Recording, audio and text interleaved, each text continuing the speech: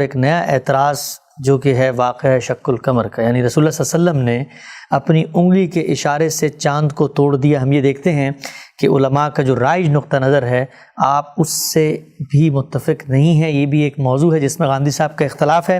وہ رائج نقطہ نظر کیا ہے، میں اس کا ایک خلاصہ آپ حضرات کے سامنے پیش کر دیتا ہوں۔ ایک معروف مفکر عالم انہوں نے لکھا ہے کہ بخاری شریف میں، مسلم شریف میں، مستدرک حاکم میں، اسی طرح سے باقی متعدد صحابہ کرام سے یہ مروی ہے کہ نبی کریم صلی اللہ علیہ وسلم کی صداقت کے اظہار کے لیے مکی زندگی میں چاند 2 ٹکڑے ہوا۔ اس تاریخی معجزے کے بارے میں روایات اتنی کثرت سے منقول ہیں کہ علامہ سبکی نے انہیں متواتر کا درجہ دیا ہے۔ ابو نعیم نے دلائل میں اس واقعے کی تفصیل کچھ یوں نقل کی ہے کہ عبداللہ ابن عباس نقل کرتے ہیں کہ رسول اللہ صلی اللہ علیہ وسلم کے پاس مشرکین کا ایک گروہ آیا اور ان میں ولید بن مغیرہ، ابو جہل، عاص بن وائل، اسی طریقے سے باقی کچھ اور مشرکین بھی شامل تھے۔ انہوں نے رسول اللہ صلی اللہ علیہ وسلم سے کہا کہ اگر آپ واقعی میں سچے پیغمبر ہیں تو اپنی سچائی کے ثبوت میں چاند کو 2 ٹکڑے کر کے دکھائیں، اس طرح کہ ایک ٹکڑا پہاڑی کی دوسری طرف گر جائے اور ہم اس کا مشاہدہ کر لیں۔ نبی کریم صلی اللہ علیہ وسلم نے پوچھا کہ اگر ایسا ہو گیا تو کیا تم لوگ ایمان لے آؤ گے؟ تو انہوں نے کہا کہ وہ رات 14ویں تھی اور چاند آسمان پر پورے آب و تاب کے ساتھ چمک رہا تھا۔ نبی صلی اللہ علیہ وسلم نے اللہ تعالیٰ سے دعا کی کہ یا اللہ ان مشرکوں کا سوال پورا فرما دے۔ پھر آپ صلی اللہ علیہ وسلم نے اپنی انگلی کے اشارے سے چاند کو 2 ٹکڑے کر دیا۔ یہ ہے رائج نقطہ نظر، اور اس رائج نقطہ نظر کے بارے میں ہمارے علماء یہ کہتے ہیں کہ یہ واقعہ امت میں تواتر کا درجہ رکھتا ہے، پوری امت کا اس پر اتفاق ہے۔ غامدی صاحب آغاز کرتے ہیں اس نئے اعتراض کے حوالے سے۔ سب سے پہلا بنیادی سوال ہم نے اسراء و معراج کے واقعے میں بھی آپ کے سامنے رکھا تھا، یہ کیا وجہ ہے کہ ہم یہ دیکھتے ہیں کہ جہاں پر امت کا ایک مجموعی رائج نقطہ نظر آپ کے سامنے آتا ہے اور اس میں ایک رسول اللہ کی اعجازی شان نمایاں ہوتی ہے، آپ کا معجزہ ہے، انگلی کا اشارہ، آپ کی طاقت، قدرت، اللہ کے سچے رسول ہیں، لیکن آپ بھی باقی معاملات میں تو اختلاف کرتے ہیں، اس چھوٹے سے معاملے میں بھی اختلاف کر دیا۔ چاند اگر رسول اللہ نے اپنی انگلی کے اشارے سے توڑ دیا تو ہمارے مسلمانوں کے لیے تو ایک اچھی بات ہے، اعجاز کا نمونہ ہے، دنیا کو بتائیں گے معجزہ ہوا تھا۔ اس معاملے میں اختلاف کیوں پیدا کر لیا آپ نے؟ میں اس سے پہلے بھی عرض کر چکا ہوں کہ جب آپ اللہ کی نسبت سے کوئی بات بیان کرتے ہیں یا اللہ کے رسول کی نسبت سے کوئی بات بیان کرتے ہیں تو اس میں یہ کافی نہیں ہے کہ وہ بات آپ کو اچھی لگتی ہے، اس سے اعجاز نمایاں ہوتا ہے، اس سے کوئی شان واضح ہوتی ہے۔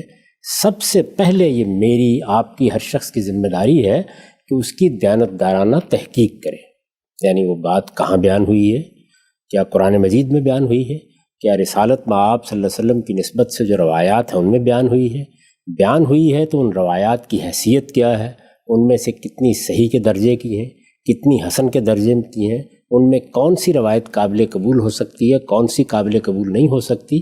اس کے بعد جب یہ طے ہو جائے کہ رسالت مآب صلی اللہ علیہ وسلم کی نسبت سے یہ واقعہ اس طرح بیان ہوا ہے، پھر آپ دیکھیے کہ وہ معجزہ ہے، پھر بھی دیکھیے کہ اس میں کوئی اعجازی شان ہے، پھر یہ دیکھیے کہ اس میں کسی قدرت کا ظہور ہوا ہے۔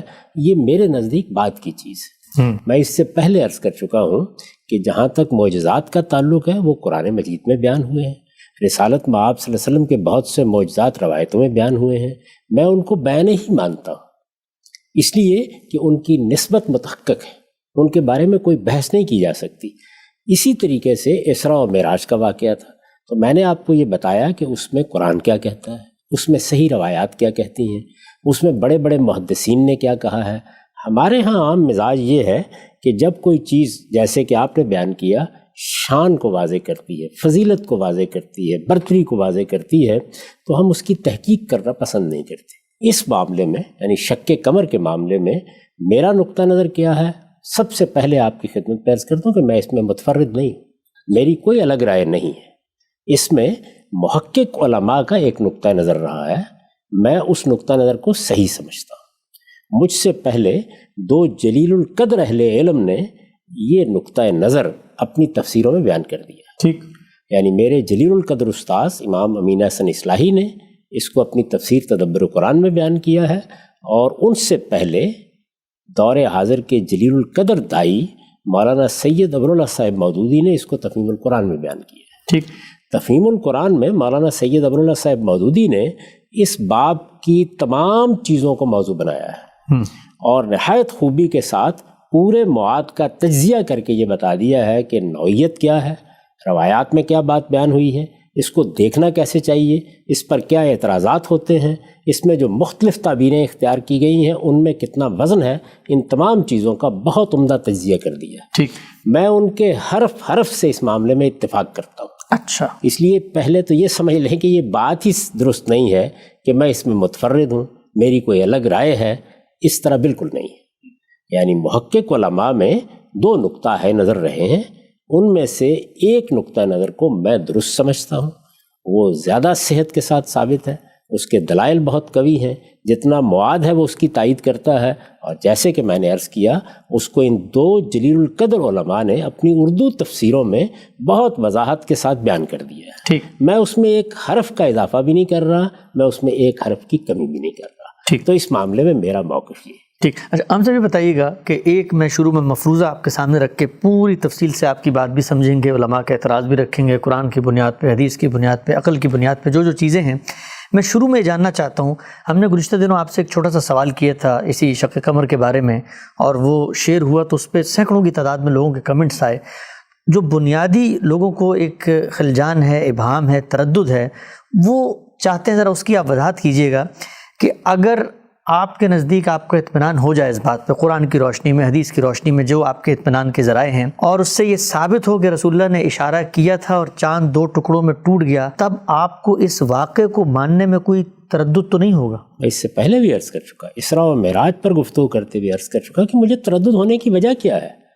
میں اس پروردگار کو مانتا ہوں جو قادر مطلق ہے، جس نے محمد الرسول اللہ کو آخری پیغمبر کی حیثیت سے بھیجا۔ میں یہ مانتا ہوں کہ وہ آسمان سے ان کے ساتھ بات کرتا تھا، میں یہ مانتا ہوں کہ ان کے پاس جبریل امین آتے تھے۔ سیدنا مسیح علیہ السلام کے تمام معجزات جس طرح کے قرآن میں بیان ہوئے ہیں، میں نے ان کی شرح و وضاحت اپنی تفسیر میں کی ہے، اس میں مجھے کیوں تردد ہوگا؟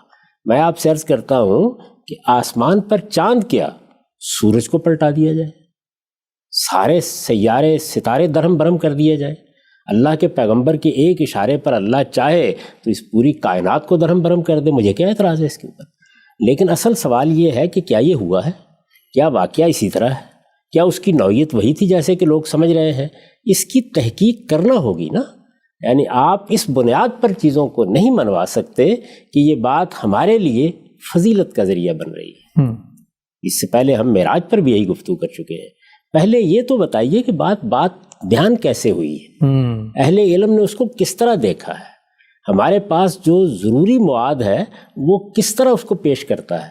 اگر یہ ساری چیزیں متحقق ہو جاتی ہیں تو اس کے بعد یہ سوال ہوگا نا۔ میں تو بہت تفصیل سے یہ عرض کر چکا ہوں کہ مجھے اس پر کوئی عقلی اعتراض نہیں ہے، ہونا بھی نہیں چاہیے۔ جو لوگ اس طرح کی چیزوں پر عقلی اعتراض کرتے ہیں، میں ان کے نقطہ نظر کو بے عقلی پر مبنی سمجھتا ہوں۔ جب میں نے ایک پروردگار کو قادر مطلق مان لیا، جب میں نے یہ تسلیم کر لیا کہ وہ اس کائنات کا خالق ہے، یہ قوانین اس کے بنائے ہوئے ہیں، یہ چاند سورج ستارے اس کے بنائے ہوئے ہیں، اس کے لیے کیا مشکل ہے کہ وہ ان کو توڑ دے، وہ ان کو درہم برہم کر دے؟ قیامت میں یہ سب ہونے والا ہے نا۔ جی اچھا، یہ چیز وہ ایک معجزے کے طور پر دکھائے، وہ اپنے پیغمبر کے ہاتھ میں ان کی باغ دے دے۔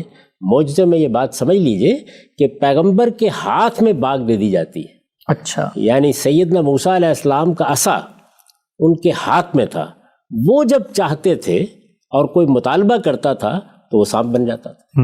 قرآن مجید نے اس کو بیان کیا ہے۔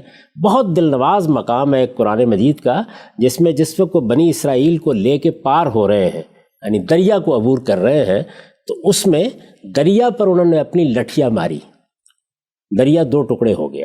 ٹھیک، وہ کیسے ہوا، اس کی نوعیت کیا تھی، وہ ایک الگ بحث ہے، لیکن بہرحال بنی اسرائیل اس میں سے گزر آئے۔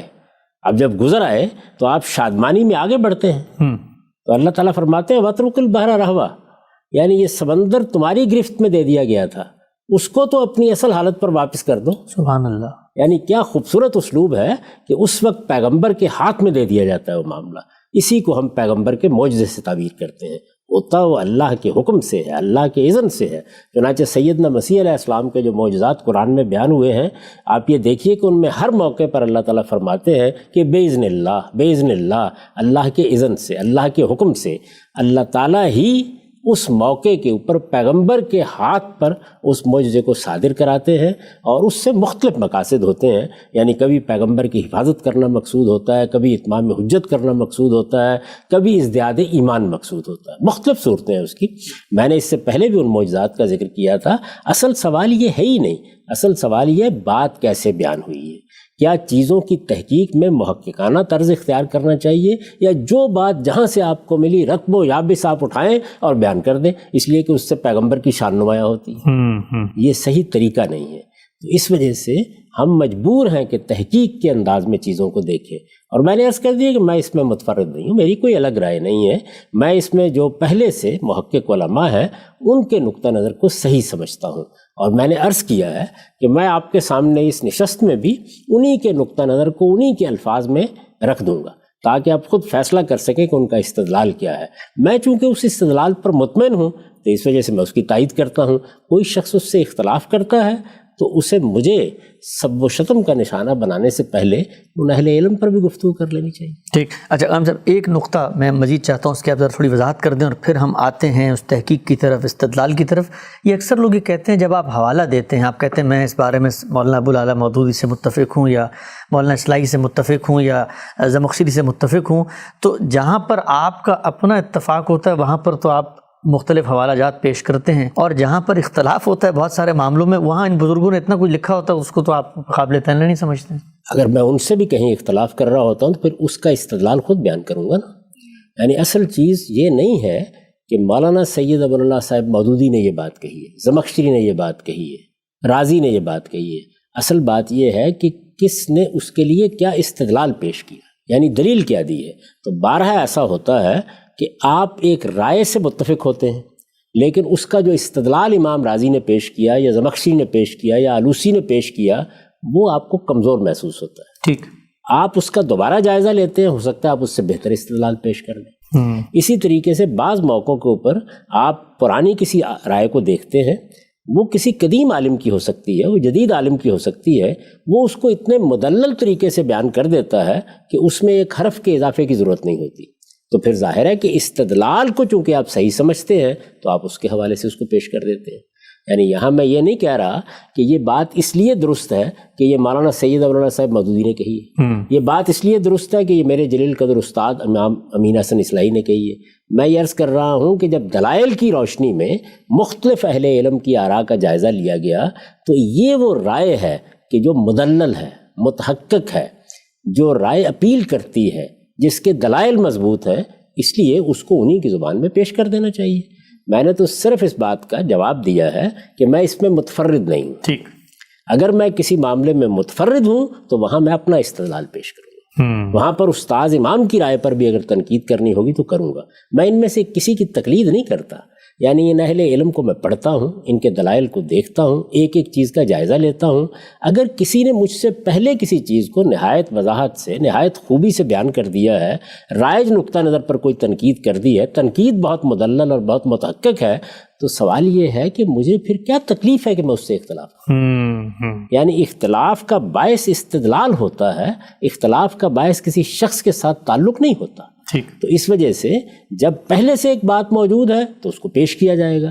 اگر اس میں کوئی نقص ہے، اس میں کوئی خامی ہے، استدلال میں کوئی کمزوری ہے تو اس پہ تنقید کی جائے گی. ٹھیک. ہم سب آگے بڑھتے ہیں. شق قمر کا واقعہ، چاند 2 ٹکڑے ہوا، یہ معلومات ایک بندہ مومن کو، ایک مسلمان جو کسی مسلم تہذیبی روایت میں آنکھ کھولتا ہے، مائیں بچپن میں قصہ سناتی ہیں، اس کے بعد جب مسجدوں میں جاتا ہے، قرآن کی تلاوت ہوتی ہے، وہاں پہ سننے میں آتا ہے، اور جب وہ اس کی تفسیرات جاننا چاہتا ہے تو حدیث کی کتب میں چلا جاتا ہے. واقعہ ہوا، بیان ہوا، قرآن میں لکھا ہوا ہے. اب جب قرآن میں ایک واقعہ لکھا ہوا ہے تو پہلے تو مجھے بتائیے کہ آپ کی نظر میں جو لکھا ہوا واقعہ ہے وہ واقعہ کیا ہے؟ وہیں سے شروع کرنا چاہیے.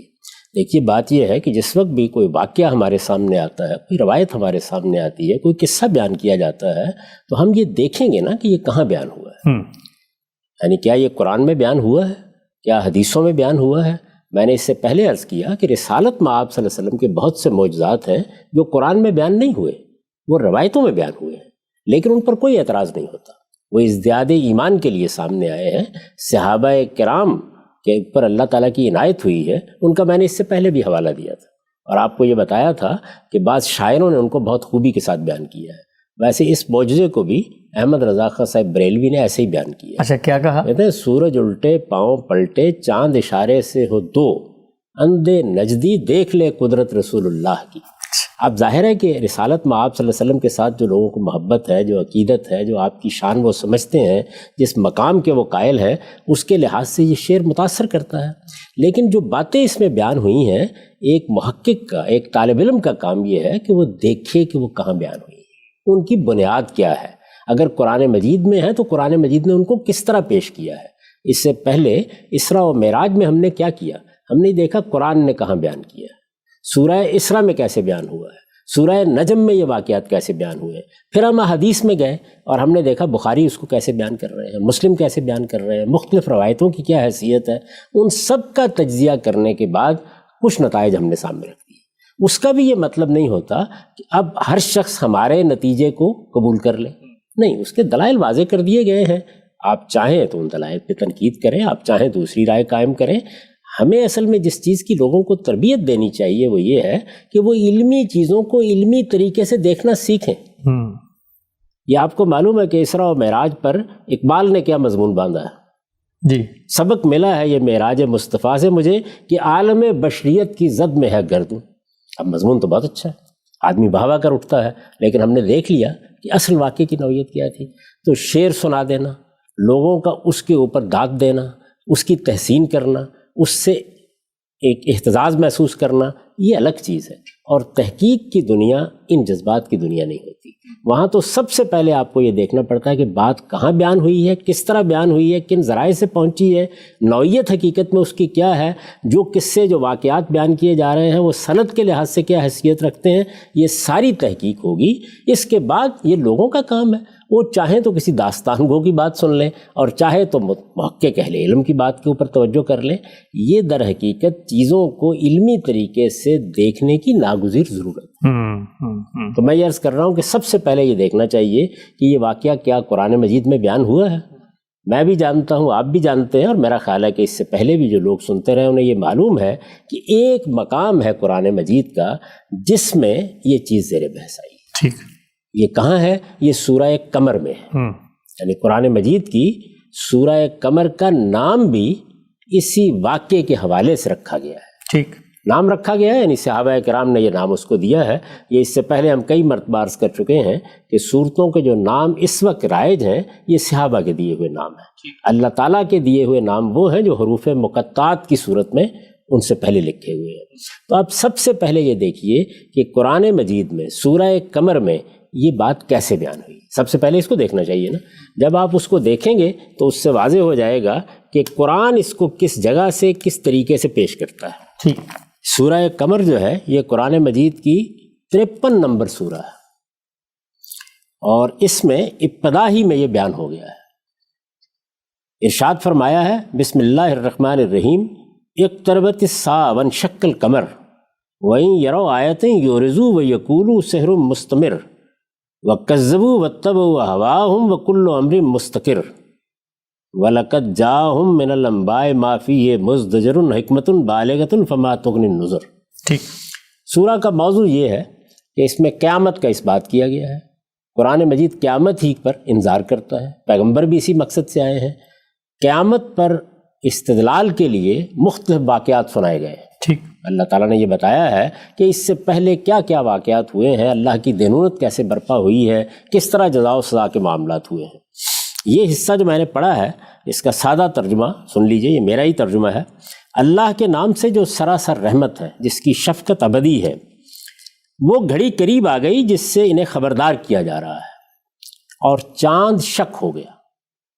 وہ گھڑی قریب آ گئی جس سے انہیں خبردار کیا جا رہا ہے اور چاند شک ہو گیا، مگر یہ نہ مانیں گے اور خواہ کوئی نشانی دیکھ لیں اس سے منہ ہی موڑیں گے اور کہیں گے یہ تو جادو ہے جو پہلے سے چلا آ رہا ہے. چنانچہ یہی ہوا ہے اور انہوں نے اب بھی جھٹلا دیا اور اپنی خواہشوں کی پیروی کی. یہ قرآن مجید نے اس واقعے کو بیان کیا، یعنی چند لفظ ہیں، چند آیات ہیں، ان میں یہ بات بیان کر دی گئی ہے. سب سے پہلے اس کو دیکھ لیجیے. ٹھیک، اچھا، اس کے بعد اب ہم یہ دیکھتے ہیں کہ روایات میں یہ کس طریقے سے بیان کیا گیا ہے. یعنی یہی طریقہ ہونا چاہیے نا کہ اگر کوئی واقعہ ہے تو تاریخی روایات میں کیسے بیان ہوا ہے، حدیثوں میں کس طریقے سے بیان ہوا ہے، اور قرآن مجید نے کیسے بیان کیا۔ ٹھیک، یہاں ایک چیز کی طرف میں توجہ دلا دوں کہ قرآن مجید نے یہ واضح کر دیا ہے کہ یہ ایک آیت تھی، یعنی جو لفظ استعمال کیا ہے وہ لفظ کیا ہے؟ آیت۔ اس پر ہم ذرا دیر میں گفتگو کریں گے۔ اب ہم حدیثوں کو دیکھ لیتے ہیں تاکہ ایک مرتبہ مواد سامنے آ جائے کہ یہ ساری بات کس طرح کہاں کیسے بیان ہوئی ہے۔ ٹھیک، یہ اس سے پہلے بھی میں تعارف کرا چکا ہوں، یہ عبداللہ اعظمی صاحب کا مجموعہ ہے۔ یہ کام بڑا غیر معمولی کام انہوں نے کیا ہے۔ اس کا نام ہے الجامع الکامل فی الحدیث الصحیح الشامل۔ اس میں جو صحیح روایتیں ہیں، جو حسن کے درجے میں پہنچتی ہیں، صحیح کے درجے میں پہنچتی ہیں، وہ انہوں نے سب کی سب جمع کر دی۔ ٹھیک، اور اس طرح اس سے پہلے جو مجموعے تھے ان کے مقابلے میں یہ مجموعہ بڑی حد تک جامع مجموعہ بن گیا ہے۔ اسی وجہ سے اس کا نام بھی انہوں نے رکھا ہے الجامع الکامل۔ میں اس سے پہلے بھی عرض کر چکا کہ یہ جامعہ مدینہ میں استاذ حدیث رہے ہیں، یہ مسجد نبوی میں حدیث کا درس دیتے رہے ہیں۔ یہاں ایک تسامح کے بارے میں بھی عرض کر دوں کہ میرے ذہن میں یہ تھا کہ یہ پہلے درس دیا کرتے تھے، بعد میں استاد ہوئے۔ میں نے یہ ذکر کیا تھا، ترتیب الٹ ہے، یعنی یہ پہلے وہاں پڑھاتے رہے، جب وہاں ریٹائر ہو گئے تو اس کے بعد مسجد نبوی میں درس دیتے رہے۔ تو یہ ان کا مجموعہ ہے، یہ اس کی ایک جلد ہے، یعنی یہ بہت سی مجلدات پر مبنی ہے۔ اس میں سیرت پر انہوں نے تمام چیزیں جمع کی ہیں، یعنی اس 8ویں جلد میں۔ یہ باب سوال المشرکین ان یریہم النبی آیتن فاراہم انشقاق القمر۔ ٹھیک، ان کا اپنا نقطہ نظر وہی ہے جو عام طور پر لوگ کہتے ہیں، ٹھیک، یعنی یہ واضح رہے کہ ایسا نہیں کہ یہ دوسرے نقطہ نظر کے قائل ہیں۔ تو انہوں نے وہی باب باندھا ہے، اور اس کے بعد وہ روایتیں جو صحت کے معیار پر پوری اترتی ہیں، وہ روایتیں جن کو حسن کی حیثیت سے پیش کیا جا سکتا ہے، وہ انہوں نے بیان کر دی۔ ٹھیک، اب یہ روایتیں اس قابل ہیں کہ ان کو بنائے استدلال بنایا جا سکے۔ صحیح۔ میں پھر عرض کر دوں کہ محدثین کا جو طریقہ ہے وہ یہ ہے کہ رسالت مآب صلی اللہ علیہ وسلم کی نسبت سے جب کوئی روایت بیان کی جائے گی تو ہم تحقیق کریں گے، اس کی سند کو دیکھیں گے، یہ دیکھیں گے کون لوگ ان کو بیان کر رہے ہیں، یہ دیکھیں گے سند میں اتصال ہے، یعنی اس میں کوئی تاریخی مغالطہ تو پیدا نہیں ہو گیا، اس میں کوئی فصل تو نہیں آ گیا، ایسا تو نہیں ہوا کہ ایک بات تھی پہلی صدی کی اور بیان کرنے والا شخص اس کو دوسری صدی میں بیان کر رہا ہے۔ تو یہ اتصال بھی دیکھا جائے گا کہ جن لوگوں نے بات بیان کی ہے وہ کیسے بیان کر رہے ہیں، کس دور میں پائے جاتے تھے، ان کی ملاقات ممکن تھی یا نہیں ممکن تھی، یہ ساری چیزیں وہ دیکھتے ہیں۔ ان کو سامنے رکھ کر پھر وہ روایات کا انتخاب کرتے ہیں۔ تو جو روایات انہوں نے منتخب کی ہیں وہ میں ساری کی ساری آپ کے سامنے رکھ دیتا ہوں۔ ٹھیک، یہ کہتے ہیں کہ پہلی روایت عبداللہ بن مسعود رضی اللہ عنہ کی، عن عبداللہ ابن مسعود قال ان شک القمر علی عہد رسول اللہ شکین فقال النبی صلی اللہ علیہ وسلم اشہدوا۔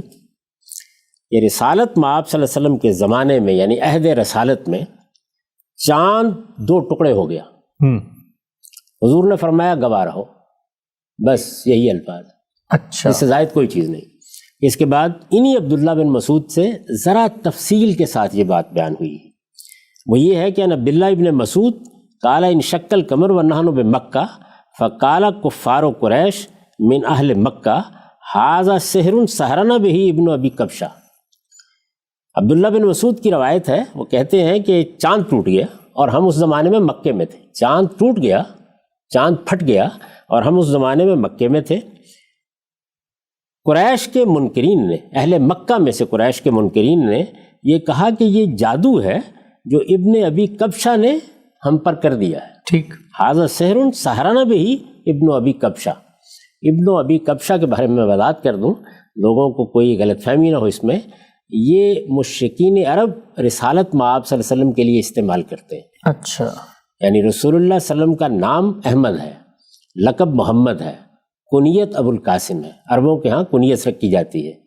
تو قریش کے بارے میں یہ بتایا جاتا ہے کہ وہ آپ کو ابن ابی کبشہ کہتے تھے۔ اس کی وجہ کیا ہے، سبب کیا ہے؟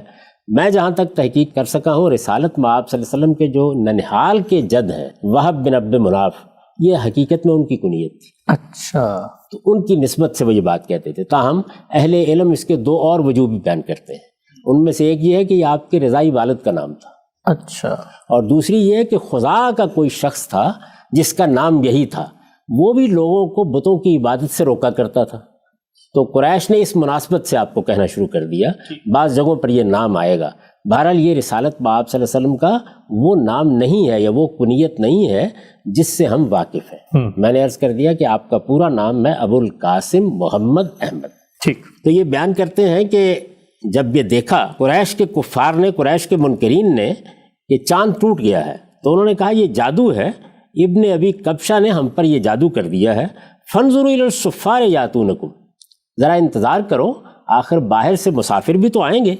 فَإِنْ أَخْبَرُوكُمْ أَنَّهُمْ رَأَوْا مِثْلَ مَا رَأَيْتُمْ، اگر وہ بھی آ کے یہ کہیں کہ انہوں نے بھی اسی طرح چاند کو 2 ٹکڑے ہوتے دیکھا ہے تو پھر تو مان لو۔ وَإِلَّا فَقَدْ كُذِبْتُمْ، لیکن اگر ایسا نہیں ہوتا تو اس کا مطلب ہے کہ تمہیں دھوکہ ہوا ہے، ٹھیک، جھوٹ بولا گیا تمہارے ساتھ۔ قَالَ فَمَا جَاءَهُمْ أَحَدٌ مِّنْ وَجْهٍ مِّنَ الْوُجُوهِ إِلَّا أَخْبَرَهُمْ أَنَّهُمْ رَأَوْا مِثْلَ مَا رَأَوْا، لیکن ہوا کیا کہ جو شخص بھی جس جہت سے بھی آیا، مسافر آتے رہتے تھے مکے میں، اس نے یہی کہا کہ ہم نے بھی ایسا ہی دیکھا ہے۔ اچھا، تو یہ عبداللہ بن مسعود کی ایک روایت ہے۔ اس کے بعد عن انس بن مالک انہ حدثهم ان اہل مکہ سالوا رسول اللہ صلی اللہ علیہ وسلم یریہم آیا فاراہم القمر الشقتین ٹھیک، حتی راؤ حرا بینہما۔ انس بن مالک کہتے ہیں کہ اہل مکہ نے رسول اللہ صلی اللہ علیہ وسلم سے یہ مطالبہ کیا کہ کوئی آیت، کوئی نشانی دکھائی جائے، تو رسالت میں آپ صلی اللہ علیہ وسلم نے دکھایا کہ چاند 2 ٹکڑے ہو گیا ہے، یہاں تک کہ حرا کا پہاڑ وہ اس کے درمیان میں ہے، یعنی ایک چاند کا ٹکڑا ادھر چلا گیا ہے، دوسرا پہاڑ کے دوسری طرف چلا گیا ہے، یہ اس کو بیان کرتے ہیں۔ اس کے بعد ایک روایت عبداللہ بن عباس سے ہے، ان عبداللہ ابن عباس ان القمر انشق فی زمان النبی، رسالت میں آپ صلی اللہ علیہ وسلم کے زمانے میں چاند پھٹ گیا، چاند 2 ٹکڑے ہو گیا۔ یہ میں نے عرض کیا کہ یہ عبداللہ بن عباس رضی اللہ عنہ کی روایت ہے۔ ٹھیک، اس کے بعد عبداللہ بن عمر رضی اللہ عنہ کی ایک روایت انہوں نے نقل کی ہے، قال ان فلک القمر علی عہد رسول اللہ صلی اللہ علیہ وسلم فقال رسول اللہ اشہدوا۔ ابن عمر کہتے ہیں کہ رسول اللہ صلی اللہ علیہ وسلم کے زمانے میں چاند 2 ٹکڑے ہو گیا، رسالت میں آپ صلی اللہ علیہ وسلم نے اس موقع پر فرمایا لوگوں گواہ رہو۔ یہ روایات جو صحت کے معیار پہ پوری اترتی ہیں۔ جو صحیح یا حسن روایتیں ہیں جو انہوں نے جمع کر دی ہیں، آپ باقی بھی حدیث کی سب کتابوں کو اگر دیکھیں گے تو وہ یہی ہے۔ اور میں یہ عرض کر دوں کہ خود عبداللہ اعظمی صاحب اسی نقطہ نظر کے قائل ہیں جو عام طور پر لوگوں نے اس بات میں اختیار کیا ہے۔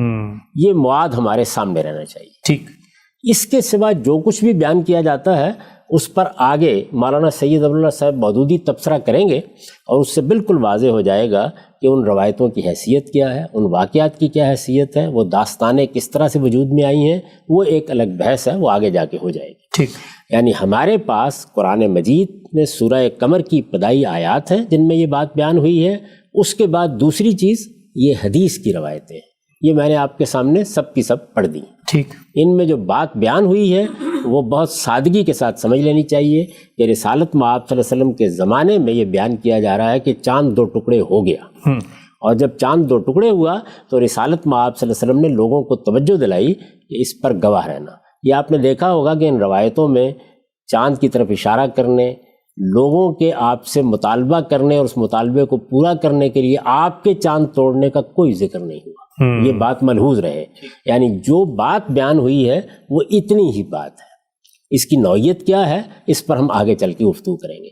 یہ ضروری ہوتا ہے کہ سب سے پہلے یہ جان لیا جائے کہ اصل میں بات ہے کیا۔ یہ انیشیٹو یہ وہاں کیسے بیان ہوئی ہے؟ ظاہر ہے کہ جب قرآن میں بات بیان ہوگی تو قرآن کی آیات دیکھی جائیں گی، جب حدیث میں بات بیان ہوگی تو احادیث دیکھی جائیں گی، اور احادیث کو دیکھتے وقت سب سے پہلے یہ کیا جائے گا کہ محدثین کے طریقے کے اوپر ان کی تحقیق کی جائے، یہ معلوم کیا جائے ان میں کون سی روایتیں محض داستان ہیں، کون سی قصہ گویوں نے گھڑ دی ہیں، کون سی ضعیف روایتیں ہیں، کون سی روایتیں حسن کے درجے کی ہیں، کون سی صحیح کے درجے کی ہیں۔ تو میں نے آپ سے عرض کیا کہ یہاں میں نے اپنی کوئی تحقیق بیان نہیں کی، بلکہ ایک جلیل القدر عالم نے اس زمانے میں جو کام کیا ہے، اور وہ میرا نقطہ نظر نہیں رکھتے، یہ بڑا غیر معمولی کام ہے، اس کام کو سب لوگ تحسین کی نظر سے دیکھ رہے ہیں، انہوں نے اس میں جو روایتیں ہیں وہ جمع کر دی ہیں، وہ میں نے آپ کے سامنے پڑھ دی ہیں، ان کا میں نے سادہ ترجمہ کر دیا۔ ٹھیک، مواد سامنے آ گیا۔ بالکل، اگر یہ سامنے آ گیا ہے تو اب ہم دیکھتے ہیں کہ ہمارے دونوں جلیل القدر اہل علم اس کو کس نظر سے دیکھ رہے ہیں،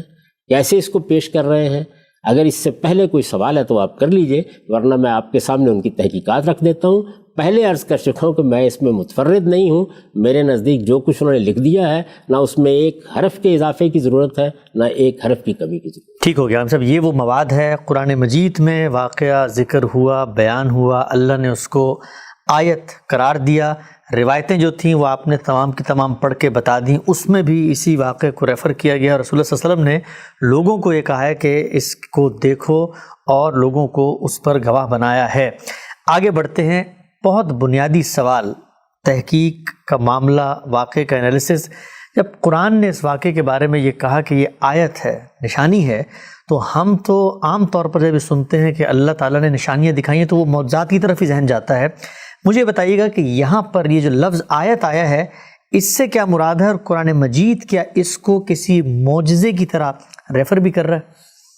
یہ بات تو بہت واضح ہو گئی کہ قرآن اس کو آیت کہہ رہا ہے، ٹھیک، اسی کا حوالہ آپ نے دیا ہے۔ ٹھیک، اب یہ سوال پیدا ہوتا ہے کہ آیت کا لفظ قرآن مجید کن کن پہلوؤں سے استعمال کرتا ہے۔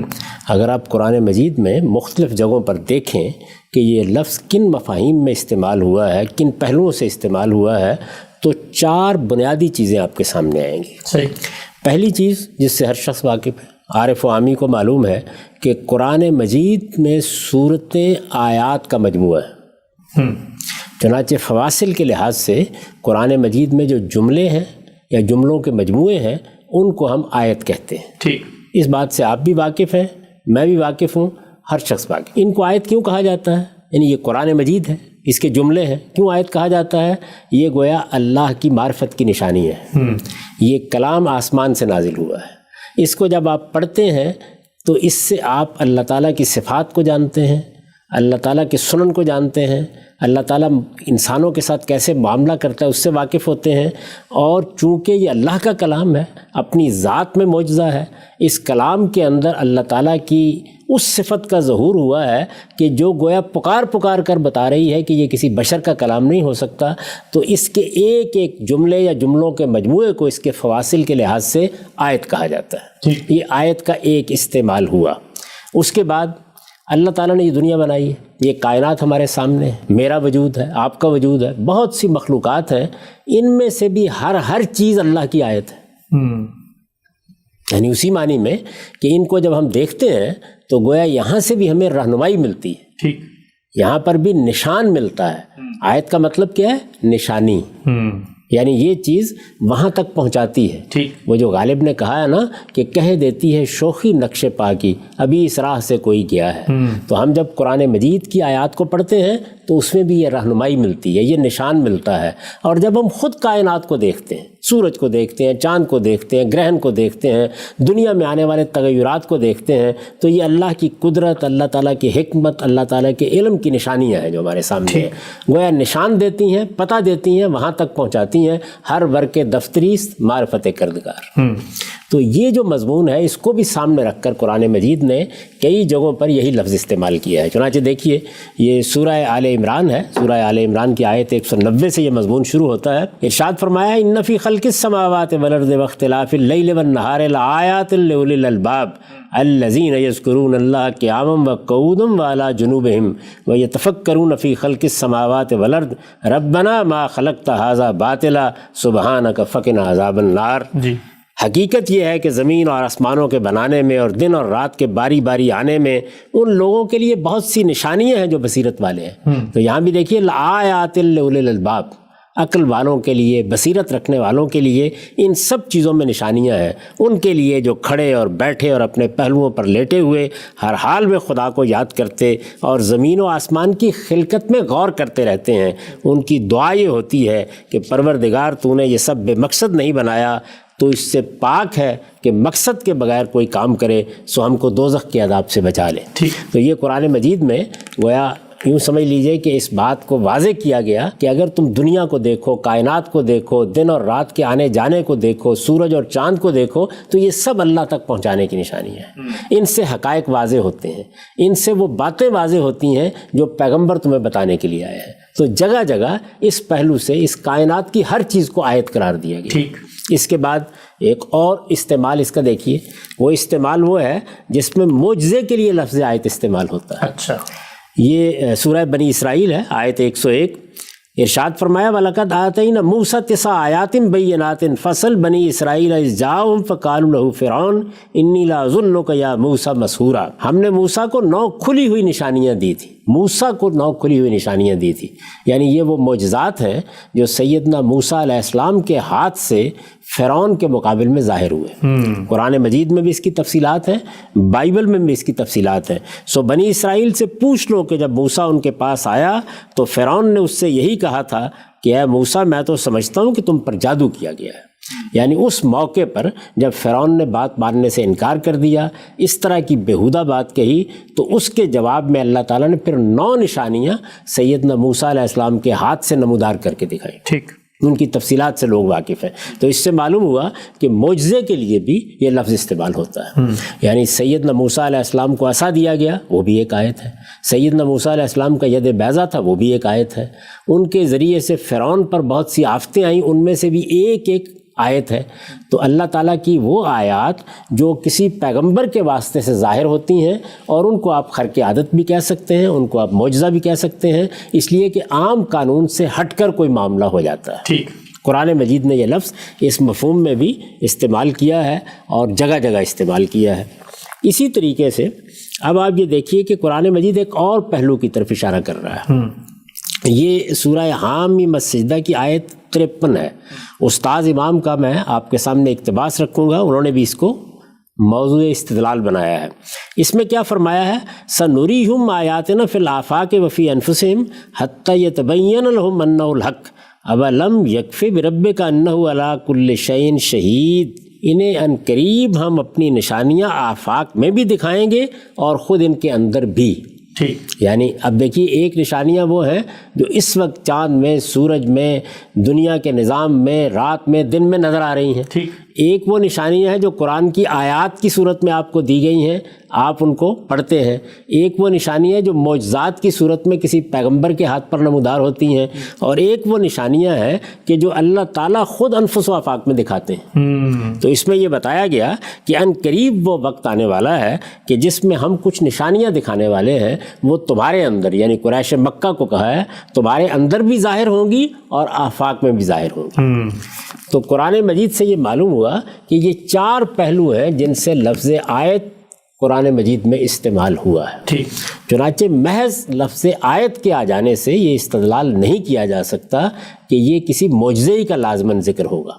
معجزے کے لیے بھی استعمال ہوتا ہے، اللہ تعالیٰ جب کسی خاص نشانی کو خود ظاہر کرتے ہیں اس کے لیے بھی استعمال ہوتا ہے، اور اسی طریقے سے خود قرآن کی آیات کے لیے بھی استعمال ہوتا ہے، اور جو نشانیاں اس سے پہلے دنیا میں موجود ہیں ان کے لیے بھی استعمال ہوتا ہے۔ تو یہ چاروں استعمالات قرآن مجید میں بالکل واضح طریقے پر آپ الگ الگ دیکھ سکتے ہیں۔ ٹھیک، ہم صاحب آپ نے بڑی تفصیل سے بتایا کہ جو آیت کا لفظ ہے، اس لفظ کا کہیں پر آ جانا اس بات کو لازم نہیں کر دیتا کہ لازماً معجزہ ہی زیر بحث ہے، لیکن سوال یہ ہے کہ آیت کے اگر یہ اس لفظ سے آیت کے یہ 4 مفاہیم، 4 معنی یا 4 استعمالات ہیں، تو شق قمر کے معاملے میں یہ کس پہلو سے استعمال ہوا ہے، اس پر ہم آپ سے جاننا چاہیں گے۔ ہمارا یہاں پر وقت مکمل ہوتا ہے، انشاءاللہ آئندہ نشست میں گفتگو کا آغاز یہیں سے کریں گے، اور اس کے بعد وہ تمام روایات جن میں اس واقعے کو معجزہ قرار دیا گیا ہے، جو یہاں پر تو بیان نہیں ہوئی، ان کی حقیقت کیا ہے، اس پر بھی آپ سے تفصیلی گفتگو کریں گے۔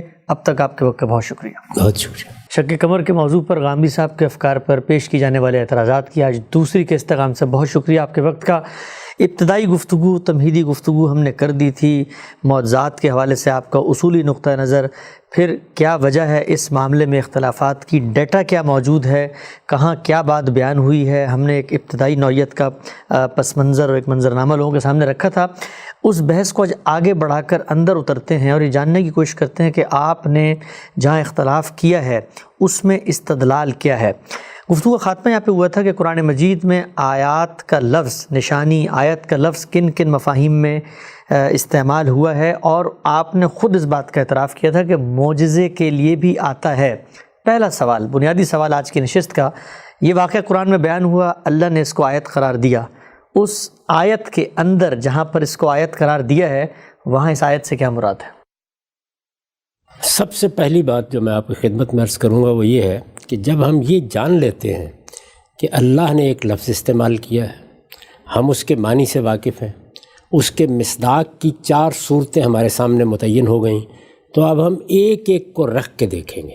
ٹھیک، میں نے عرض کر دیا تھا کہ میں چونکہ اس میں متفرد نہیں ہوں، اس لیے یہ معاملہ تو میں اپنے دونوں جلیل القدر علماء پر چھوڑ دوں گا کہ وہ اس کو کیسے بیان کرتے ہیں۔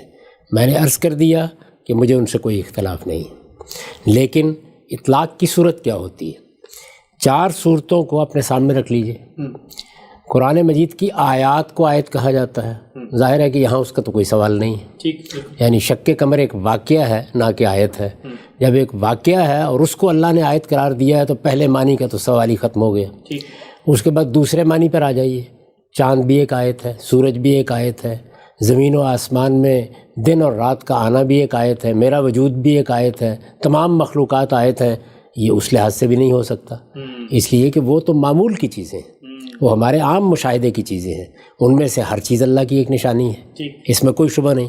یعنی چاند گرہن ہو گیا، سورج گرہن ہو گیا، یہ اصل میں اللہ تعالیٰ کے عام قانون کے مطابق ہو رہے ہیں، بار بار دہرائے جا رہے ہیں۔ اسی طرح سے چاند، سورج، ستارے، کہکشاں سب کے سب اللہ کی نشانیاں ہیں، سب کے لیے قرآن مجید آیت کا لفظ استعمال کرتا ہے، لیکن ہم جانتے ہیں کہ وہ ایسا نہیں ہے کہ کوئی خاص واقعے کی صورت میں سامنے آتے ہیں، یعنی وہ تو ایک معمول ہے جس کے مطابق یہ چیزیں ہوتی ہیں۔ اب آخری 2 معنی رہ گئے۔ آخری 2 معنی میں نے خود عرض کر دیا کہ ایک معجزے کے لیے اس کا استعمال ہے۔ معجزے کا مطلب کیا ہے کہ اللہ اپنے کسی پیغمبر کی تائید کے لیے کسی بھی پہلو سے، اس سے پہلے میں عرض کر چکا کہ وہ پیغمبر کی حفاظت کے لیے بھی دیے جاتے ہیں، وہ مخاطبین کو عاجز کر دینے کے لیے بھی دیے جاتے ہیں، وہ اتمام حجت کے لیے بھی دیے جاتے ہیں، وہ ازدیاد ایمان کے لیے بھی دیے جاتے ہیں۔ یعنی پیغمبر کے ہاتھ پر اللہ تعالیٰ کی کسی غیر معمولی قدرت کا ظہور ہوتا ہے، اس کو ہم معجزہ کہتے ہیں اصطلاح میں۔ تو ایک معنی یہ ہے کہ پیغمبر کے ہاتھ پر اس کا صدور ہوا، رسالت مآب صلی اللہ علیہ وسلم سے ایک معجزے کا مطالبہ کیا گیا، اور رسالت مآب صلی اللہ علیہ وسلم نے یہ معجزہ دکھایا۔ اس میں بھی اللہ ہی دکھائے گا، یعنی جب سیدنا موسیٰ علیہ السلام کا عصا سانپ بنا تو اللہ کے اذن سے بنا، جب سیدنا مسیح علیہ السلام نے مردوں کو زندہ کیا تو اللہ کے اذن سے کیا، وہ بھی اللہ ہی کے اذن سے ہوگا، لیکن وہ پیغمبر کے ہاتھ سے صادر ہوتا ہے۔ پیغمبر اشارہ کرتا ہے، پیغمبر لٹھیاں مارتا ہے، پیغمبر لٹھیاں پھینک دیتا ہے، پیغمبر سے کہا جاتا ہے کہ سمندر کو اس کے حال پر چھوڑ دو، تو یہاں پیغمبر کے ہاتھ سے وہ چیز صادر ہوتی ہے۔ جیسے کہ سیدنا موسیٰ علیہ السلام کے بارے میں ہم جانتے ہیں کہ انہوں نے اپنی لٹھیاں ماری تو 12 چشمے بہہ نکلے، ظاہر ہے کہ وہ بھی ایک معجزہ تھا، اس میں کوئی شک نہیں۔ تو ایک پہلو یہ ہے۔ ایک دوسرا پہلو جو ہم نے اس سے پہلے دیکھا وہ یہ ہے کہ خود اللہ تعالیٰ اپنی طرف سے کوئی غیر معمولی معاملہ کرتے ہیں، یعنی وہ پیغمبر کے ہاتھ سے نہیں ہوتا، اللہ تعالیٰ کی طرف سے ہوتا ہے۔ ٹھیک ہوتا وہ بھی ایک معجزہ ہی ہے، وہ بھی عام قانون کی چیز نہیں ہوتی، عام حالات کی چیز نہیں ہوتی، لیکن اصطلاح میں اس کو معجزہ نہیں کہا جاتا، اس لیے کہ وہ اللہ کی طرف سے ایک نشانی، ایک غیر معمولی صورتحال ظاہر ہوتی ہے جس میں عام قوانین سے ہٹ کے کوئی معاملہ ہوتا ہے۔ اللہ تعالیٰ نے بنی اسرائیل کے لیے من و سلوہ اتار دیا، یہاں معاملہ پیغمبر کے ہاتھ سے نہیں ہوا، لیکن من و سلوہ کا اترنا یہ ظاہر ہے غیر معمولی چیز ہے، یہ عام حالات کی چیز نہیں ہے، یہ چاند نہیں ہے، سورج نہیں ہے، بادل نہیں ہے، آسمان نہیں ہے، کوئی برسنے کی کیفیت نہیں ہے، کوئی اولے نہیں ہے، برف باری نہیں ہے، بلکہ اللہ تعالیٰ کی طرف سے ایک خاص غذا کے اتارے جانے کا معاملہ ہے۔ ٹھیک، تو غیر معمولی ہے بالکل، لیکن یہ اللہ نے براہ راست کیا، اور ایسے ہی کیا۔ اللہ تعالیٰ نے بدلیوں کا سایہ کر دیا، آتا ہے نا قرآن مجید میں کہ بنی اسرائیل کو جب اللہ تعالیٰ نے اپنے لیے انتخاب کر لیا تو پھر جب وہ صحرائے سینا میں تھے تو بدلیاں ان پر سایہ کیے رہتی تھیں۔ سیدنا مسیح علیہ السلام کی معجزانہ پیدائش ہو گئی، بن باپ کے پیدا ہو گئے۔ یہ سیدنا مسیح کا معجزہ نہیں ہے بلکہ اللہ کی آیت ہے جس کا ظہور ہوا ہے۔ تو ان دونوں کا پہلے فرق سمجھ لیجیے، یعنی ایک چیز یہ ہے کہ معاملہ غیر معمولی ہوا، عام قانون سے ہٹ کے ہوا، لیکن وہ پیغمبر کی طرف سے ہوا، یعنی پیغمبر کو یہ کہا گیا یا پیغمبر نے یہ کہا کہ یہ میں کر رہا ہوں اللہ کے اذن سے، اللہ کی عنایت سے، لیکن وہ پیغمبر کے واسطے سے صادر ہوتا ہے۔ ٹھیک، میں نے اس کی تعبیر کی تھی، آپ کو یاد ہوگا کہ گویا وہ معاملہ اس وقت پیغمبر کے ہاتھ میں دے دیا جاتا ہے، یہاں تک کہ اللہ تعالیٰ بھی پیغمبر سے بہت دل نواز اسلوب میں خطاب کر کے کہتے ہیں کہ یہ سمندر جس کو پھاڑ دیا تھا اس کو پہلے برابر تو کر لیجئے، وَتْرُكِ الْبَحْرَ رَهْوًا، یعنی لٹھیا مار کے اس کو برابر کیجئے، اس لیے کہ یہ آپ کے ذریعے سے ہوا ہے۔ تو اللہ تعالیٰ جو براہ راست اس طرح کی چیزیں کرتے ہیں غیر معمولی، ان کا ذکر کیا ہے اس آیت میں جو میں نے آخر میں پڑھی تھی کہ ہم عنقریب، یعنی یہ رسالت مآب صلی اللہ علیہ وسلم کے مخاطبین کو کہا گیا ہے، ہم عنقریب آفاق میں بھی اپنی کچھ نشانیاں دکھانے والے ہیں، انفس میں بھی، تمہارے اندر بھی دکھانے والے ہیں۔ وہ کیا کیا نشانیاں تھیں جو رسالت مآب صلی اللہ علیہ وسلم کے زمانے میں قریش کے لیے ظاہر ہوئیں، خود قریش کے اندر ظاہر ہوئیں، آفاق میں ظاہر ہوئیں۔ اس وقت ان سب کا استقصاء کرنے کی ضرورت نہیں ہے، وہ اور بھی نشانیاں ہیں جو اس طرح سے ظاہر ہوئیں۔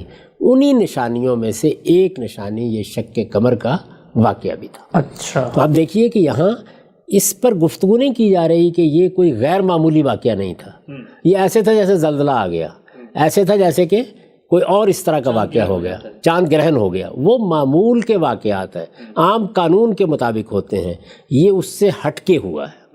وہ سب کے سب بھی اللہ کی آیات ہیں، ان پر بھی لفظ آیت بولا جا سکتا ہے، چاند گرہن پر بولا گیا ہے۔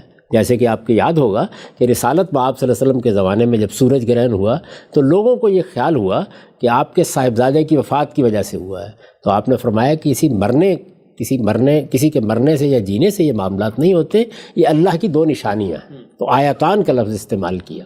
تو وہ سب بھی اللہ کی نشانیاں ہیں، لیکن یہ دو بالکل مختلف صورتیں ہیں نشانیوں کے ظہور کی، یعنی پیغمبر کے ہاتھ سے کسی نشانی کا ظاہر ہونا، پیغمبر کے اس سے متعلق ہوئے بغیر اس کی تائید میں کسی نشانی کا ظاہر ہو جانا۔ ٹھیک، یعنی یہ دو باتیں واضح ہو گئی، بالکل واضح۔ تو اب آپ یہ دیکھیے کہ ہمارے یہ جلیل القدر اساتذہ یا علماء اس کو کس طریقے سے پیش کرتے ہیں۔ سب سے پہلے یہ جاننا چاہیے۔ میں آپ کے سامنے استاذ امام کی تفسیر تدبر قرآن رکھتا ہوں، اس میں دیکھیے وہ کس طرح سے اس کی تمہید باندھتے ہیں۔ اس کے لیے انہوں نے عنوان قائم کیا ظہور عذاب کی ایک نشانی۔ اچھا، یعنی اللہ تعالیٰ اپنے پیغمبر کے ذریعے سے انذار کر رہا تھا کہ تم پر عذاب آ جائے گا، وہ گھڑی آنے والی ہے، تمہاری گرفت ہونے والی ہے، اللہ تعالیٰ کی طرف سے غیر معمولی طریقے سے تمہیں سزا دی جانے والی ہے، اس لیے اس سے پہلے کہ وہ واقعہ ہو اپنے آپ کو سنبھال لو۔ ظہور عذاب کی ایک نشانی، استاذ امام لکھتے ہیں ون شکل قمر، یہ علامت بیان ہوئی ہے عذاب کی گھڑی کے قریب آنے کی۔ ٹھیک، اللہ تعالیٰ کی ایک سنت کا حوالہ ہم اس کتاب میں جگہ جگہ دے چکے ہیں کہ یوں تو اس زمین و آسمان کے چپے چپے پر اس کی قدرت و حکمت کی نشانیاں موجود ہیں، اور آئے دن نئی نئی نشانیاں بھی ظاہر ہوتی رہتی ہیں، لیکن رسولوں کی بعثت کے زمانے میں اللہ تعالیٰ خاص طور پر ایسی نشانیاں ظاہر فرماتا ہے جس سے رسول کے انذار اور اس کے دعوی رسالت کی صداقت ظاہر ہوتی ہے۔ ٹھیک، یعنی یہ وہ خصوصی نشانیاں۔ قرآن میں اس سنت الہی کا ذکر جگہ جگہ ہوا ہے، یہ بات اور بھی کئی مقامات پہ بیان ہوئی ہے۔ ہم ایک آیت بطور مثال پیش کرتے ہیں۔ فرمایا ہے سنُرِیہم آیاتنا فی الآفاق وفی انفسہم، یہ وہی حامیم سجدہ کی آیت 53 ہے جو میں نے آپ کو پڑھ کے سنائی تھی۔ ہم ان قریب ان کو دکھائیں گے اپنی نشانیاں اس کائنات میں بھی اور خود ان کے اندر بھی۔ ان نشانیوں کا مقصود جیسا کہ ہم نے اشارہ کیا رسول کے انذار کو تقویت پہنچانا ہوتا ہے، یعنی رسول لوگوں کو خبردار کر رہا ہے تو اس کی تائید کے لیے، اس کی تقویت کے لیے نشانیاں نمودار ہوتی ہیں۔ یہ عام حالات کی چیز نہیں ہوتی، خاص نشانیاں ہوتی ہیں لیکن اللہ کی طرف سے ظاہر ہو جاتی ہیں۔ رسول جن باتوں کی منادی زبان سے کرتا ہے اس کی تائید کے آثار و شواہد اس کائنات میں بھی مختلف شکلوں میں ظاہر ہوتے ہیں تاکہ لوگوں پر اللہ تعالیٰ کی حجت اچھی طرح پوری ہو جائے۔ اسی طرح کی ایک نشانی رسول اللہ صلی اللہ علیہ وسلم کے انذار کی تائید کے لیے چاند کے پھٹنے کی صورت میں ظاہر ہوئی، یعنی نشانی ظاہر ہوئی، واقعہ غیر معمولی تھا، اللہ تعالیٰ کی طرف سے ہوا، رسالت مآب صلی اللہ علیہ وسلم کی تائید کے لیے ہوا، لیکن اس طرح نہیں ہوا جس طرح کہ کسی پیغمبر سے معجزے کا صدور۔ اچھا، یعنی معجزے کی نوعیتیں میں نے واضح کر دی نا، پیغمبر کو دے دیا گیا، وہ اس کو ظاہر کرتا ہے، اللہ تعالیٰ کی طرف سے خود ایک غیر معمولی چیز واقع ہو جاتی ہے۔ تو استاد امام لکھتے ہیں اسی طرح کی ایک نشانی، یعنی وہ نشانیاں جو اللہ کی طرف سے خود ظاہر ہوتی ہیں، اسی طرح کی ایک نشانی رسول اللہ صلی اللہ علیہ وسلم کے انذار کی تائید کے لیے چاند کے پھٹنے کی صورت میں ظاہر ہوئی تاکہ منکرین عذاب و قیامت پر یہ بات اچھی طرح واضح ہو جائے کہ قرآن ان کو جو ڈرا رہا ہے کہ زمین اس دن ہلا دی جائے گی، پہاڑ پاش پاش ہو کر فضا میں اڑنے لگیں گے، سمندر ابل پڑیں گے، سورج تاریک ہو جائے گا، یہ باتیں ان کو مروب کرنے کے لیے نہیں بیان ہوئی ہیں، بلکہ یہ حقائق ہیں جو ایک دن پیش آ کے رہیں گے، اور یہ بعید از امکان بھی نہیں ہے۔ ان کے شواہد کسی نہ کسی شکل میں اس دنیا میں بھی سامنے آتے رہتے ہیں۔ اس طرح کی نشانیوں کے لیے، اب مزید سنیے، اس طرح کی نشانیوں کے لیے یہ ضروری نہیں ہے کہ رسول ان کو اپنے معجزے کے طور پر پیش کرے، بلکہ ان کا ظہور کسی اعلان و تحدی کے بغیر بھی ہو سکتا ہے، یعنی نہ اعلان ہوا نہ کوئی چیلنج دیا گیا، خود بخود ایک نشانی ظاہر ہو گئی۔ یہ بھی ضروری نہیں ہے کہ کفار نے بعین ہی اسی نشانی کا مطالبہ کیا ہو جو ظاہر ہوئی، بلکہ ان کی طرف سے کسی مطالبے کے بغیر محض اس لیے بھی ان کا ظہور ہوتا ہے کہ کفار کے پیش کردہ شبہات کا ان کو جواب مل جائے، یعنی جس طرح سے دلائل دیے جاتے ہیں، جس طرح سے استنباط کی صورتیں پیش کی جاتی ہیں، جس طریقے سے اس دنیا کی کائنات کی نشانیوں کی طرف توجہ دلائی جاتی ہے، تو یہ بھی گویا شبہات کے ازالے کے لیے ایک غیر معمولی چیز ظاہر ہو جاتی ہے۔ کفار قیامت کو جو بہت بعید از عقل چیز خیال کرتے تھے، اس کا ایک بہت بڑا سبب یہ بھی تھا کہ یہ کس طرح ممکن ہے کہ یہ ساری کائنات ایک دن بالکل درہم برہم ہو جائے۔ پہاڑوں سے متعلق ان کا جو سوال قرآن میں نقل ہوا ہے، اس سے معلوم ہوتا ہے کہ ان چیزوں کو وہ بالکل اٹل، غیر متزلزل اور غیر فانی سمجھتے تھے، یعنی یہ دنیا ہمیشہ سے ہے، ایسے ہی رہے گی، اس میں یہ کیسے ہو سکتا ہے کہ کوئی خلل واقع ہو جائے۔ اللہ تعالیٰ نے شک قمر کی نشانی دکھا کر، یعنی یوں نہیں ہے کہ ایک معمول کا واقعہ ہوا ہے، ایک غیر معمولی واقعہ ہوا، اللہ تعالیٰ نے شک قمر کی نشانی دکھا کر ان کو بتایا کہ اس کائنات کی چیزوں میں سے کوئی چیز بھی، خواہ وہ کتنی ہی عظیم ہو، نہ خود مختار ہے، نہ غیر فانی، نہ غیر متزلزل، بلکہ ہر چیز اللہ تعالیٰ کے حکم کے تابع ہے، وہ جب چاہے گا ان سب کو درہم برہم کر کے رکھ دے گا۔ ٹھیک یہ استاد امام نے اس کی نوعیت واضح کی ہے، یعنی گویا نقطہ نظر کیا سامنے آیا؟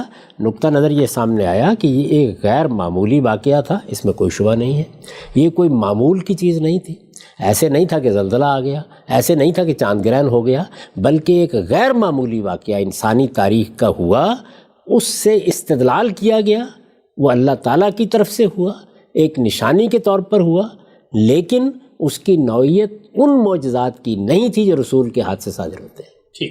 یہ بات واضح ہو گئی۔ اب یہ دیکھیے کہ بالکل یہی نوعیت اس کی مولانا سید ابو اللہ صاحب مودودی واضح کرتے ہیں۔ انہوں نے بھی ظاہرہ سورہ قمر کی تفسیر لکھی ہے، تفہیم القرآن ان کی تفسیر ہے، جس میں یہ ساری چیزیں زیر بحث آئی ہیں۔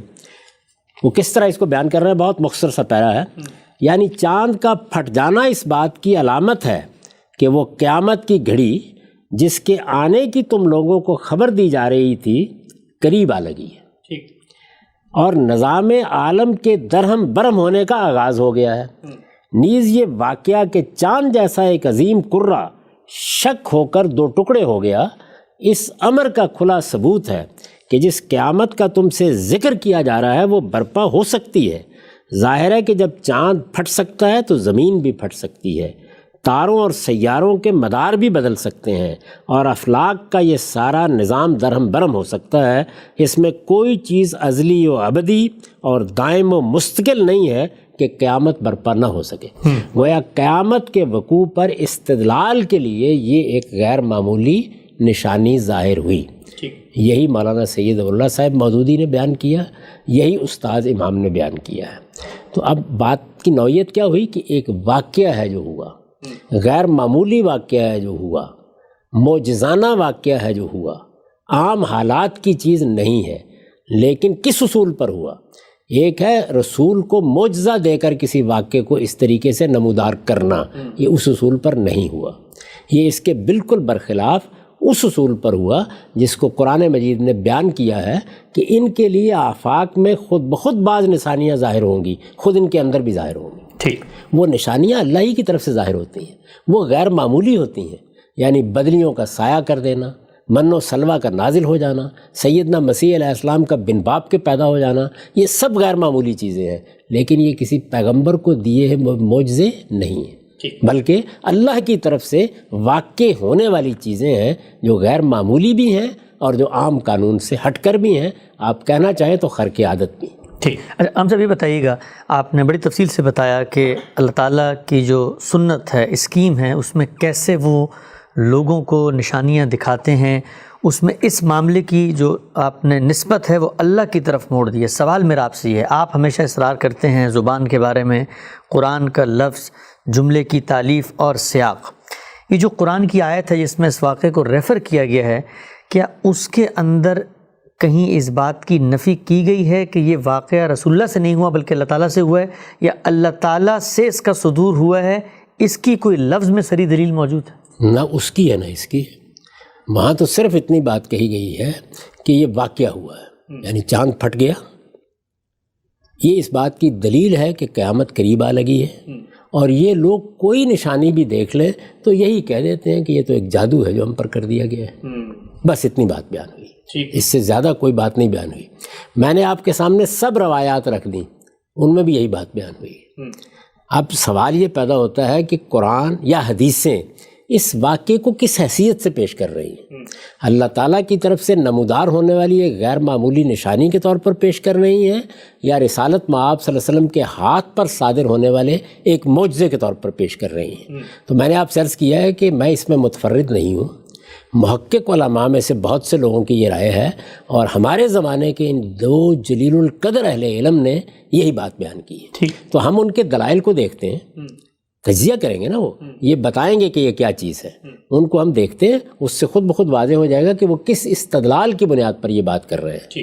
میں چونکہ منفرد نہیں ہوں تو اس وجہ سے میں انہی کا استدلال آپ کے سامنے پیش کر دیتا ہوں۔ اس سے پہلے کہ ہم اصل واقعے کی طرف جائیں اور اس استدلال کو دیکھیں، ایک اور چیز کی وضاحت کر دوں، وہ یہ کہ ہمارے ہاں جس طرح سے بعض محققین نے یہ رائے قائم کی، اسی طرح بعض لوگوں نے یہ خیال کیا کہ یہ ماضی کے سیغے میں قیامت کے قریب جب چاند پھٹ جائے گا اس کا ذکر ہوا ہے۔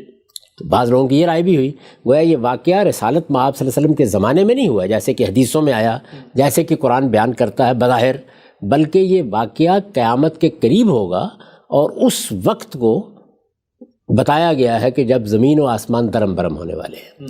تو یہ ضروری ہے کہ پہلے یہ بتایا جائے کہ یہ دونوں جلیل القدر علماء کیا کہتے ہیں اس کے بارے میں۔ یعنی ظاہر ہے کہ یہ بھی ایک تعویل ہے، یہ بھی ایک نقطہ نظر ہے، بعض لوگوں نے یہ رائے قائم کی ہے، اس میں کوئی شبہ نہیں کہ قیامت کے قریب ہونے والے بعض واقعات کو ماضی کے سیغے میں ایسے ہی بیان کیا جاتا ہے۔ اچھا، اس پر مولانا سید ابواللہ صاحب مودودی تبصرہ کرتے ہیں، پہلے اس کو دیکھ لیں۔ بعض لوگوں نے اس فکرے کا مطلب یہ لیا ہے کہ چاند پھٹ جائے گا، یعنی یہ نہیں کہ چاند پھٹ گیا، بلکہ ماضی کے سیغے میں مستقبل کے واقعے کو بیان کیا گیا۔ بعض لوگوں نے اس فکرے کا مطلب یہ لیا ہے کہ چاند پھٹ جائے گا، لیکن عربی زبان کے لحاظ سے چاہے یہ مطلب لینا ممکن ہو، یعنی یہ ایسا ہوتا ہے، عربی زبان میں بھی ہوتا ہے، ہماری اردو میں بھی ہوتا ہے کہ ہم مستقبل کے کسی واقعے کو ماضی کے اسلوب میں بیان کرتے ہیں، اور پیش نظر یہ ہوتا ہے کہ گویا وہ تو ہو چکا، یعنی اذا زلزلت الارض زلزالها میں جیسے ہوا، وہاں تو خیر اذا ہے، وہ ظاہر ہے مستقبلی کا بیان ہے، لیکن قرآن مجید میں اور بھی بہت سے مقامات ہیں جن میں ماضی کا صیغہ استعمال ہوا ہے۔ ٹھیک، تو سب سے پہلے وہ یہ کہتے ہیں لیکن عربی زبان کے لحاظ سے چاہے یہ مطلب لینا ممکن ہو، عبارت کا سیاق و سباق اس معنی کو قبول کرنے سے صاف انکار کرتا ہے۔ ٹھیک، اب یہ دیکھیے کیا صحیح اصول ہے جس کے اوپر وہ آگے بڑھے ہیں۔ پہلی چیز یہ ہے کہ کیا یہ ترجمہ کرنا ممکن ہے؟ انہوں نے کہا کہ ہاں ممکن ہے، یعنی دو احتمالات ہوتے ہیں، تین بھی ہوتے ہیں، ایک لفظ کے چار معنی ہیں، ایک اسلوب تین پہلوؤں سے آ جاتا ہے، یہ ممکن ہے، لیکن سیاق و سباق فیصلہ کرے گا نا۔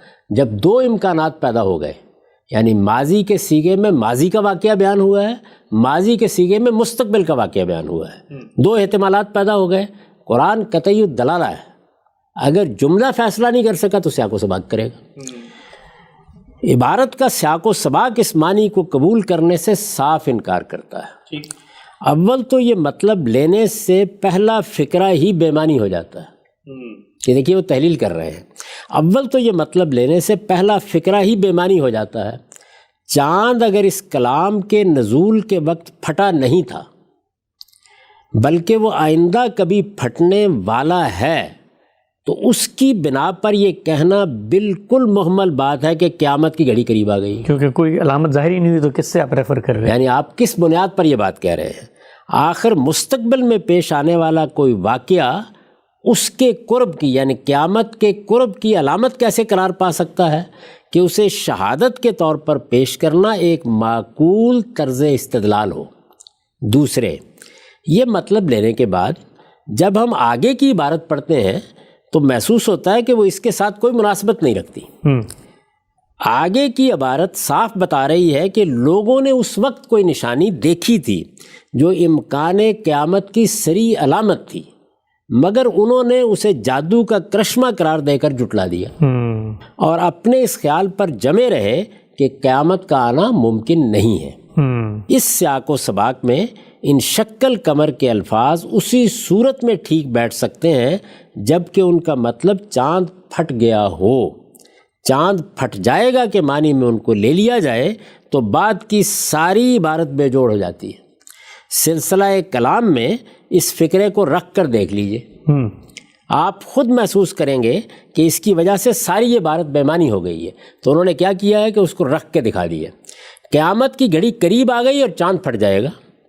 ان لوگوں کا حال یہ ہے کہ خواہ کوئی نشانی دیکھ لیں منہ موڑ جاتے ہیں اور کہتے ہیں کہ یہ تو جلتا ہوا جادو ہے. انہوں نے جھٹلا دیا اور اپنے خواہشات کی پیروی کی. واضح ہے، وہ خود بتا دیا، جملے نے بتا دیا، سیاق نے بتا دیا، نوعیت کلام نے بتا دیا، کلام کی اپنی شان نے بتا دیا کہ یہ مستقبل کا کوئی واقعہ نہیں ہے، یہ واقعہ رسالت مآب صلی اللہ علیہ وسلم کے عہد میں ہوا.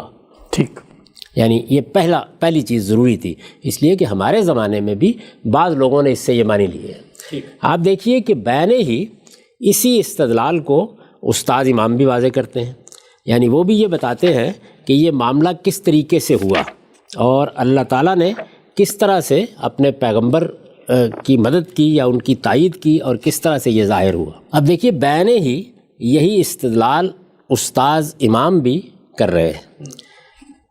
انہوں نے عنوان قائم کیا ایک سوال کا جواب. رہا یہ سوال کہ اس طرح کا کوئی واقعہ نبی صلی اللہ علیہ وسلم کے عہد میں پیش آیا بھی ہے تو اس کا جواب میرے نزدیک یہ ہے کہ قرآن کے الفاظ سے یہی بات نکلتی ہے کہ یہ پیش آیا اور حدیثوں سے بھی اسی کی تائید ہوتی ہے. صورت واقعہ کے بارے میں تو حدیثیں ضرور مختلف ہیں لیکن نفس واقعہ کے بارے میں کوئی اختلاف منقول نہیں ہے. بعض لوگوں نے یہ کہا ہے کہ یہ قیامت کے دن پیش آنے والے واقعے کی خبر ہے جس کو ماضی کے سیغے سے اس کی قطعیت کے اظہار کے لیے بیان فرمایا گیا ہے. ان کے نزدیک مطلب یہ ہے کہ قیامت قریب آ گئی اور چاند پھٹ جائے گا. ٹھیک، یہ قول اگرچہ اگلوں میں سے بھی بعض لوگوں سے نقل ہوا ہے اور اس زمانے میں بھی اس کو ایک گروہ کے اندر حسن قبول حاصل ہے لیکن سیاق کلام اس سے ابا کرتا ہے. بالکل وہی استدلال. یعنی جب آپ جملے کو اس کلام کے اندر رکھ کر دیکھتے ہیں تو وہ اس کو اگل دیتا ہے، وہ یہ معنی نہیں لیتا. اس میں تو شبہ نہیں ہے کہ قیامت میں پیش آنے والے واقعات قرآن میں ماضی کے اسلوب میں بیان ہوئے ہیں لیکن یہاں یہ معنی لیے جائیں تو کلام آگے والی بات سے بے جوڑ ہو جاتا ہے. آگے فرمایا ہے کہ یہ کوئی سی نشانی دیکھیں گے تو اس سے اعراض ہی کریں گے اور کہیں گے کہ اس میں کوئی خاص ندرت نہیں، یہ تو جادو ہے جو پہلے سے چلا آ رہا ہے. غور کیجئے کہ چاند کے پھٹنے کا تعلق قیامت سے ہوتا تو اس کے بعد یہ بات کہنے کا کیا محل تھا؟ قیامت کے دن تو کٹڑ سے کٹڑ منکر بھی کسی چیز کو جادو نہ کہہ سکے گا بلکہ سب اعتراف کریں گے کہ رسولوں نے جو خبر دی وہ حرف حرف سچ نکلی. چنانچہ آگے بیان بھی ہوا ہے کہ یقول الکافرون ھذا یوم نصر، اس دن کافر کہیں گے کہ تو بڑا ہی کٹھن دن آ گیا. تو یہ بالکل وہی استدلال ہے، انہوں نے بھی اس بات کی نفی کر دی. میرے نزدیک یہ بالکل صحیح استدلال ہے.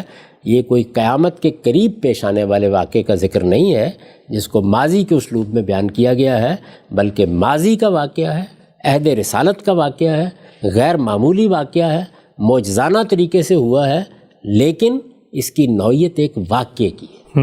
یعنی یہ بات اگر واضح ہو گئی ہے تو ظاہر ہے کہ اس کے بعد ہم آگے بڑھ سکتے ہیں۔ جی اس کو واضح کرنے کے بعد اب یہ دیکھیے کہ اس سارے واقعے پر مولانا سید ابو العلا صاحب مودودی کیا تبصرہ کرتے ہیں۔ وہ کہتے ہیں پس حقیقت یہ ہے کہ شق القمر کا واقعہ قرآن کے صریح الفاظ سے ثابت ہے، ٹھیک، یعنی اس کی تعویل نہیں ہو سکتی، اس کو قیامت کے قریب کا واقعہ نہیں قرار دیا جا سکتا۔ پس حقیقت یہ ہے کہ شق القمر کا واقعہ قرآن کے صریح الفاظ سے ثابت ہے اور حدیث کی روایات پر اس کا انحصار نہیں ہے، یعنی حدیث میں بھی یہ بات بیان ہوئی ہے لیکن یہ اس پر منحصر نہیں ہے، قرآن نے بھی ایسے ہی بیان کیا ہے، حدیث بھی ایسے ہی بیان کرتی ہے۔ البتہ روایات سے اس کی تفصیلات معلوم ہوتی ہیں اور پتہ چلتا ہے کہ یہ کب اور کیسے پیش آیا تھا، یعنی قرآن واقعے کو بیان کرتا ہے، روایتیں یہ بیان کرتی ہیں کب پیش آیا، کیسے پیش آیا۔ یہ روایات بخاری، مسلم، ترمذی، احمد، ابو عوانہ، ابو داؤد طیالسی، عبد الرزاق، ابن جریر، بیہقی، طبرانی، ابن مردویہ اور ابو نعیم اصفہانی نے بکثرت سندوں کے ساتھ، یعنی یہ وہ کتابیں ہیں جن میں یہ واقعہ بیان ہوا ہے، بکثرت سندوں کے ساتھ حضرت علی، حضرت عبداللہ بن مسعود، حضرت عبداللہ بن عباس، حضرت عبداللہ بن عمر، حضرت حذیفہ، حضرت انس بن مالک اور حضرت جبیر بن مطعم سے نقل کی ہیں، یعنی اتنے صحابہ نے یہ واقعہ بیان کیا ہے۔ قرآن نے بیان کیا اجمال کے ساتھ، حدیثوں میں ذرا تفصیل کے ساتھ یہ اتنے صحابہ سے نقل ہوا ہے۔ ان میں سے 3 بزرگ، سب صحابہ کے نام سن لیے، ان میں سے 3 بزرگ یعنی حضرت عبداللہ بن مسعود، حضرت حذیفہ اور حضرت جبیر بن مطعم تصریح کرتے ہیں کہ وہ اس واقعے کے عینی شاہد ہیں۔ اچھا، یعنی یہ وہ 3 بزرگ ہیں جو اس وقت موجود تھے جب یہ واقعہ ہوا، اور 2 بزرگ ایسے ہیں جو اس کے عینی شاہد نہیں ہو سکتے، کیونکہ ان میں سے ایک یعنی عبداللہ بن عباس کی پیدائش سے پہلے کا واقعہ ہے اور دوسرے یعنی انس بن مالک اس وقت بچے تھے۔ لیکن چونکہ یہ دونوں حضرات صحابی ہیں اس لیے ظاہر ہے کہ انہوں نے ایسے سن رسیدہ صحابیوں سے سن کر ہی اسے روایت کیا ہوگا جو اس واقعے کا براہ راست علم رکھتے تھے۔ ٹھیک، تو یہ گویا مولانا سید ابو العلا صاحب مودودی نے روایتوں میں اس واقعے کی نوعیت واضح کر دی ہے۔ درست، تمام روایات کو جمع کرنے سے، یعنی اب ظاہر ہے کہ طریقہ کیا ہوتا ہے کہ جتنی روایات ہیں میں وہ اس سے پہلے پڑھ کے سنا چکا ہوں، تمام روایات کو جمع کرنے سے اس کی جو تفصیلات معلوم ہوتی ہیں وہ یہ ہے کہ یہ ہجرت سے تقریباً 5 سال پہلے کا واقعہ ہے۔ قمری مہینے کی 14ویں شب تھی، چاند ابھی ابھی طلوع ہوا تھا، یکایک وہ پھٹا اور اس کا ایک ٹکڑا سامنے کی پہاڑی کے ایک طرف اور دوسرا ٹکڑا دوسری طرف نظر آیا۔ ٹھیک، یہ کیفیت بس ایک لحظہ رہی اور پھر دونوں ٹکڑے باہم جڑ گئے، یعنی ایک انشقاق ہوا، ایک انفجار کی کیفیت ہوئی، دونوں ٹکڑے الگ الگ نظر آئے، پہاڑ کے ایک طرف اور پہاڑ کے دوسری طرف، اور پھر وہ لحظے بھر میں مل گئے۔ ٹھیک، اور پھر دونوں ٹکڑے باہم جڑ گئے۔ نبی صلی اللہ علیہ وسلم اس وقت منا میں تشریف فرما تھے۔ آپ نے لوگوں سے فرمایا دیکھو اور گواہ رہو۔ کفار نے کہا محمد صلی اللہ علیہ وسلم نے ہم پر جادو کر دیا تھا، اس لیے ہماری آنکھوں نے دھوکہ کھایا۔ دوسرے لوگ بولے کہ محمد ہم پر جادو کر سکتے تھے، تمام لوگوں پر تو نہیں کر سکتے تھے، باہر کے لوگوں کو آنے دو، ان سے پوچھیں گے کہ یہ واقعہ انہوں نے بھی دیکھا ہے یا نہیں۔ باہر سے جب کچھ لوگ آئے تو انہوں نے شہادت دی کہ وہ بھی یہ منظر دیکھ چکے۔ اچھا، یہ واقعے کی صحیح نوعیت مولانا سید ابو العلا صاحب مودودی نے واضح کر دی، یعنی اللہ کی طرف سے ایک غیر معمولی معاملہ ہوا، چاند فی الواقع پھٹ گیا۔ رسالت مآب صلی اللہ علیہ وسلم کے زمانے میں یہ واقعہ ہوا، رسالت مآب صلی اللہ علیہ وسلم نے اس کو دکھا کر لوگوں سے کہا کہ میں جو قیامت کا انذار تمہیں کرتا رہا ہوں یہ اس کی شہادت ہے، دیکھ لو اور گواہ رہو۔ یہ بیان ہو گیا۔ جی، اس کے بعد اب مزید وہ استدراک کرتے ہیں۔ بعض روایات جو حضرت انس سے مروی ہیں ان کی بنا پر یہ غلط فہمی پیدا ہوتی ہے کہ شق القمر کا واقعہ ایک مرتبہ نہیں بلکہ 2 مرتبہ پیش آیا تھا، لیکن اول تو صحابہ میں سے کسی اور نے یہ بات بیان نہیں کی، دوسرے خود حضرت انس بھی بعض روایات میں مرتین 2 مرتبہ کے الفاظ بولتے ہیں، اور بعض میں فرقتین اور شقتین کے الفاظ، یعنی 2 ٹکڑے، تو گویا 2 ٹکڑے انہوں نے کہا جو بعد کے راویوں نے 2 مرتبہ میں تبدیل کر دیا۔ ٹھیک، تو مولانا سید مولانا صاحب مودودی یہ بتاتے ہیں کہ یہ بات قابل قبول نہیں ہو سکتی اگرچہ انس بن مالک سے بیان ہوئی ہے۔ تیسرے یہ کہ قرآن مجید صرف ایک ہی انشقاق کا ذکر کرتا ہے، یعنی 2 مرتبہ اس لیے بھی نہیں کہ روایت میں یہ نقص ہے، اور خود قرآن نے بھی اس کو ایک ہی واقعے کے طور پر ذکر کیا ہے۔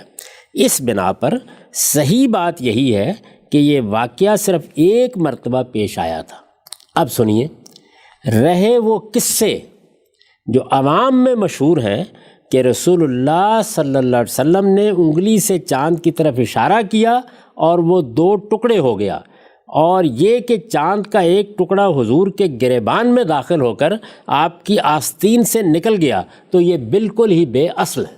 اچھا، مولانا مودودی نے لکھا ہے یعنی یہ واقعات جو ہے نہ ان کی کوئی سند ہے، نہ کوئی صاحب علم ان کو قبول کرنے کے لیے تیار ہو سکتا ہے۔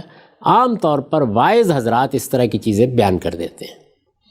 تو یہ انہوں نے بتا دیا کہ جو واقعہ بیان ہوا ہے وہ بس اتنا ہی ہے جتنا اوپر ہم وضاحت سے بتا چکے ہیں۔ ٹھیک، یہاں یہ سوال پیدا ہوتا ہے کہ اس واقعے کی حقیقی نوعیت کیا تھی، یعنی وہی سوال انہوں نے سامنے رکھ دیا، کیا یہ ایک معجزہ تھا جو کفار مکہ کے مطالبے پر رسول اللہ صلی اللہ علیہ وسلم نے اپنی رسالت کے ثبوت میں دکھایا تھا، یا یہ ایک حادثہ تھا جو اللہ تعالیٰ کی قدرت سے چاند میں پیش آیا اور رسول اللہ صلی اللہ علیہ وسلم نے لوگوں کو اس کی طرف توجہ صرف اس غرض کے لیے دلائی کہ یہ امکان قیامت اور قرب قیامت کی ایک نشانی ہے۔ وہی بحث جو ہم نے کی، جی، یعنی یہ اس پہلو سے آیت تھا کہ ایک حادثہ ہوا چاند پر اور اللہ تعالیٰ نے اسے رسالت مآب صلی اللہ علیہ وسلم کے زمانے میں استدلال کے طور پر پیش کر دیا۔ کیا یہ ہوا یا یہ ایک معجزہ تھا؟ علماء اسلام کا ایک بڑا گروہ اسے حضور کے معجزات میں شمار کرتا ہے، اور ان کا خیال یہ ہے کہ کفار کے مطالبے پر یہ معجزہ دکھایا گیا تھا، لیکن اس رائے کا مدار صرف بعض ان روایات پر ہے جو حضرت انس سے مروی ہیں۔ ٹھیک، یعنی اب وہ علماء کا یہ موقف نقل کرتے ہیں، پھر یہ بتاتے ہیں کہ یہ موقف کس چیز پر مبنی ہے، کیا قرآن پر؟ ہرگز نہیں۔ کیا روایات پر؟ ہرگز نہیں۔ اس میں جو چیز بنا بنی ہے وہ حضرت انس کی ایک روایت ہے، ٹھیک، ان کے سوا کسی صحابی نے بھی یہ بات بیان نہیں کی ہے۔ یعنی یہ جو بات ہے جو عام طور پر علماء نے قبول کر لی، یہ صرف حضرت انس کی بعض روایات میں بیان ہوئی ہیں۔ فتح الباری میں ابن حجر کہتے ہیں کہ یہ قصہ جتنے طریقوں سے منقول ہوا ہے، ابن حجر کوئی معمولی شخصیت نہیں ہے، روایات پر ان کی بڑی نگاہ ہے۔ ابن حجر کہتے ہیں کہ یہ قصہ جتنے طریقوں سے منقول ہوا ہے، ان میں سے کسی میں بھی حضرت انس کی حدیث کے سوا یہ مضمون میری نگاہ سے نہیں گزرا کہ شق القمر کا واقعہ مشرکین کے مطالبے پر ہوا تھا، یعنی کوئی مطالبہ تھا، کوئی معجزہ مانگا گیا تھا، وہ معجزہ دکھایا گیا۔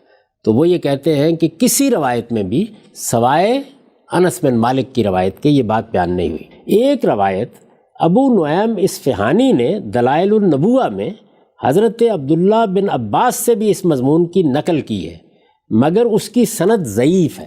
اچھا، یعنی یہ واقعہ انس بن مالک کی روایت میں اس طرح بیان ہوا ہے، اس کے علاوہ کسی کے ہاں بیان نہیں ہوا۔ ابو نعیم نے جو روایت بیان کی ہے دلائل النبوہ میں، اس کی سند ضعیف ہے، اور کبھی سندوں سے جتنی روایات کتب حدیث میں ابن عباس سے منقول ہوئی ہیں ان میں سے کسی میں بھی اس کا ذکر نہیں ہے۔ علاوہ بری حضرت انس اور حضرت عبداللہ بن عباس دونوں اس واقعے کے ہم اثر نہیں ہیں، یعنی یہ ان کا عینی مشاہدہ ہو نہیں سکتا، بخلاف اس کے جو صحابہ اس زمانے میں موجود تھے، حضرت عبداللہ بن مسعود، حضرت حذیفہ، حضرت جبیر بن مطعم، حضرت علی، حضرت عبداللہ بن عمر، ان میں سے کسی نے بھی یہ نہیں کہا ہے کہ مشرکین مکہ نے حضور کی صداقت کے ثبوت میں کسی نشانی کا مطالبہ کیا تھا اور اس پر شق القمر کا یہ معجزہ ان کو دکھایا گیا۔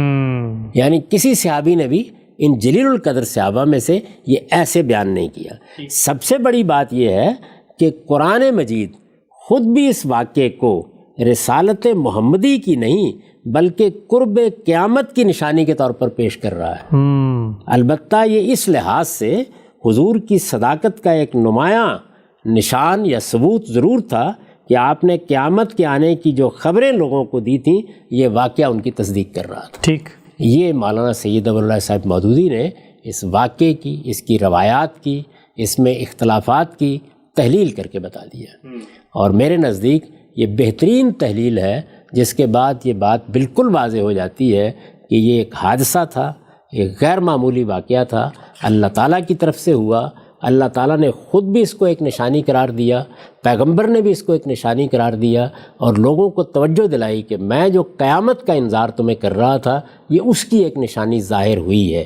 یہ نشانی ہی تھی، یعنی غیر معمولی واقعہ ہی تھا، لیکن یہ اس لحاظ سے معجزہ نہیں تھا جس لحاظ سے معجزات صادر ہوتے ہیں۔ یعنی کسی نے مطالبہ کیا کسی کے ازدیاد ایمان کے لیے، کہیں اتمام حجت کے لیے، پیغمبر کے ہاتھ سے ایک معاملہ ہوا۔ باقی جو لوگوں نے یہ باتیں کہی ہیں کہ چاند اشارے سے ہو دو، یہ محض داستانیں ہیں، ان کی کوئی حقیقت نہیں ہے۔ ٹھیک، اچھا غلام صاحب، بہت ہی آپ نے خوبصورتی سے تفصیل سے مولانا مودودی کا استدلال سامنے رکھا اور بتایا کہ قرآن مجید کیسے اس چیز کو بیان کر رہا ہے اور خود روایات کا معاملہ کیا ہے، اور روایات کے اندر جو ایک آپ کو پرابلم نظر آتی ہے اس کو بھی انہوں نے حل کیا۔ میرا سوال ایک آپ سے یہ ہے کہ آپ نے فرمایا کہ قرآن کی اس آیت کے اندر تو نسبت بیان نہیں ہوئی اور روایتیں بھی واضح کر رہی ہیں کہ وہ معاملہ اللہ کی طرف سے ہوا۔ سوال میرا آپ سے یہ ہے کہ اگر یہ پیغمبر کی نسبت سے ہوا ہوتا تو قرآن مجید کو تو اس کو وہاں پر نسبت قائم کر کے بیان کرنا، جیسے موسیٰ علیہ السلام کا بتایا، جیسے مسیح علیہ السلام کا بتایا، تو کیا رسول اللہ کا نام نہ لینا وہاں پر اس امکان کی تائید آگے نہیں بڑھاتا کہ یہ معاملہ رسول اللہ کی نسبت سے نہیں ہوا؟ میں نے تو عرض کیا ہے کہ جب آپ قرآن کو پڑھتے ہیں تو وہ بھی اسی تحلیل کی تائید کرتا ہے۔ قرآن مجید نے ایسے ہی بیان کیا ہے، یعنی قیامت کی نشانی کے طور پر پیش کیا ہے، اسی لحاظ سے اس پر منکرین کا تبصرہ نقل کیا ہے، اسے معجزے کے طور پر پیش ہی نہیں کیا جس طرح کہ قرآن پیش کیا کرتا ہے۔ یعنی قرآن مجید نے سیدنا موسیٰ کے معجزات کا ذکر کیا ہے، سیدنا مسیح کے معجزات کا ذکر کیا ہے۔ جب وہ کسی معجزے کو بیان کرتا ہے تو اس کا ایک خاص طریقہ ہے، اسلوب ہے، اس میں یہ بتایا جاتا ہے، اور اس میں یہ ذکر ہونا چاہیے تھا کہ پیغمبر کو ہم نے یہ سعادت دی، یہ فضیلت ان کو حاصل ہوئی، یا ان سے یہ مطالبہ کیا گیا، اور پھر ہمارے اذن سے، جیسے کہ وہاں بیان ہوتا ہے، یہ معجزہ صادر ہو گیا۔ قرآن نے اس طرح بیان ہی نہیں کیا۔ قرآن نے بھی اس کو ایک واقعے، ایک حادثے کے طور پر بیان کیا ہے، اور مولانا سید ابواللہ صاحب مودودی نے حدیثوں کی تحلیل کر کے بھی بتا دیا ہے کہ جو جلیل القدر صحابہ سے عینی شاہدوں سے جو روایتیں نقل ہوئی ہیں ان میں بالکل اسی حیثیت سے یہ سامنے آتا ہے۔ ٹھیک، اچھا ہم سے بھی بتائیے گا کہ ہم دیکھتے ہیں قرآن مجید میں متعدد جگہوں پہ کفار ویسے الگ سے مطالبات رکھ رہے ہیں رسول اللہ کے سامنے کہ مکے میں جو ہے وہ آپ ایک نہر بہا دیجیے، اور اس طرح کے باقی معاملات میں مطالبہ تو ان کی جگہ پر کھڑا ہوا ہے۔ اگر رسالت مآب صلی اللہ علیہ وسلم نے وہاں پر وہ مطالبات پورے نہیں کیے تو کیا یہ عقلی سوال پیدا نہیں ہوتا کہ پھر اگر اس امکان کو مان لیا جائے جو علماء کا نقطہ نظر ہے تو پھر ایک معاملے میں کیوں پورا کر دیا؟ میں تو وہی گزارش کر رہا ہوں کہ قرآن مجید نے جگہ جگہ یہ بات نقل کی ہے کہ منکرین کوئی نشانی مانگتے تھے، اس کا جواب یہ دیا گیا کہ اللہ کی کتاب ہی نشانی ہے۔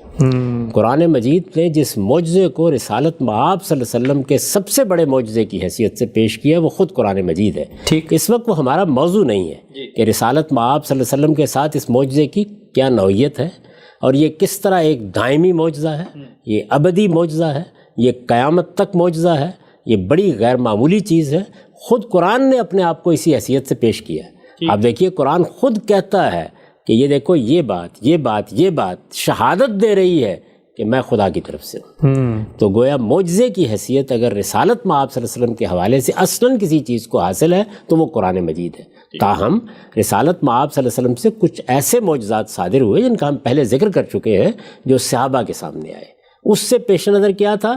ان کے ازدیاد ایمان، ان کی تسلی، ان کا اطمینان۔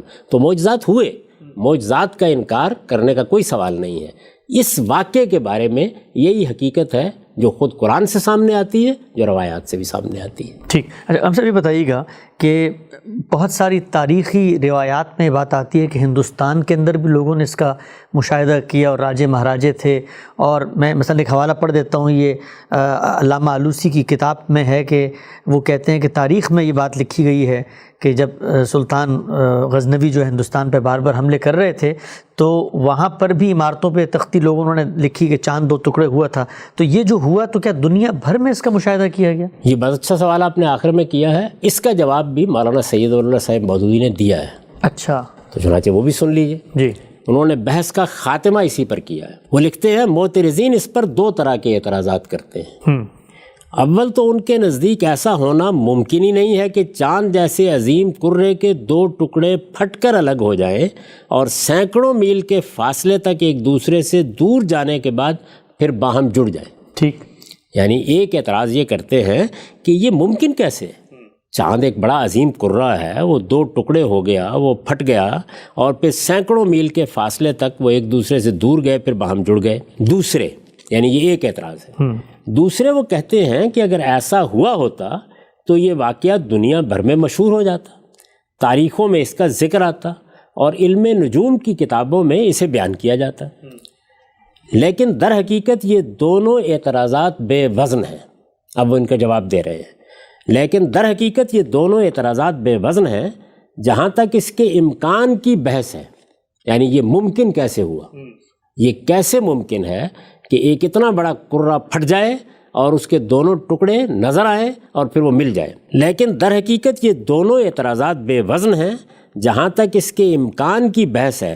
قدیم زمانے میں تو شاید وہ چل بھی سکتی تھی، لیکن موجودہ دور میں سیاروں کی ساخت کے متعلق انسان کو جو معلومات حاصل ہوئی ہیں ان کی بنا پر یہ بات بالکل ممکن ہے کہ ایک کرہ اپنے اندر کی آتش فشانی کے باعث پھٹ جائے اور اس زبردست انفجار سے اس کے 2 ٹکڑے دور تک چلے جائیں اور پھر اپنے مرکز کی مقناطیسی قوت کے سبب سے وہ ایک دوسرے کے ساتھ آ ملیں۔ رہا دوسرا اعتراض تو وہ اس لیے بے وزن ہے کہ یہ واقعہ اچانک بس ایک لحظے کے لیے پیش آیا تھا۔ ضروری نہیں تھا کہ اس خاص لمحے میں دنیا بھر کی نگاہیں چاند کی طرف لگی ہوئی۔ ٹھیک، اس سے کوئی دھماکہ نہیں ہوا تھا کہ لوگوں کی توجہ اس کی طرف منعطف ہوتی۔ پہلے سے کوئی اطلاع اس کی نہ تھی کہ لوگ اس کے منتظر ہو کر آسمان کی طرف دیکھ رہے ہوتے کہ آج چاند گرہن ہونا ہے، آج سورج گرہن ہونا ہے۔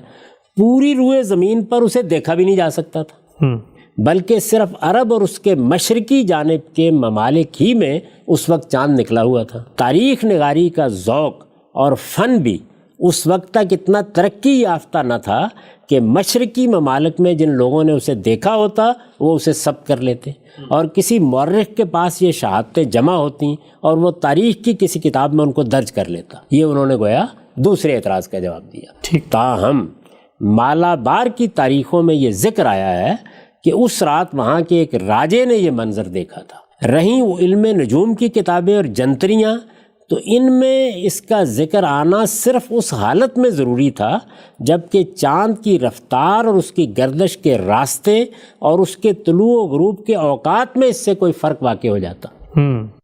یہ صورت کیونکہ پیش نہیں آئی، اس لیے قدیم زمانے کے اہل تنجیم کی توجہ اس کی طرف منعطف نہیں ہوئی۔ ٹھیک، اس زمانے میں رصد گاہیں اس حد تک ترقی یافتہ نہ تھیں کہ افلاک میں پیش آنے والے ہر واقعے کا نوٹس لیتی اور اس کو ریکارڈ پر محفوظ کر لیتی۔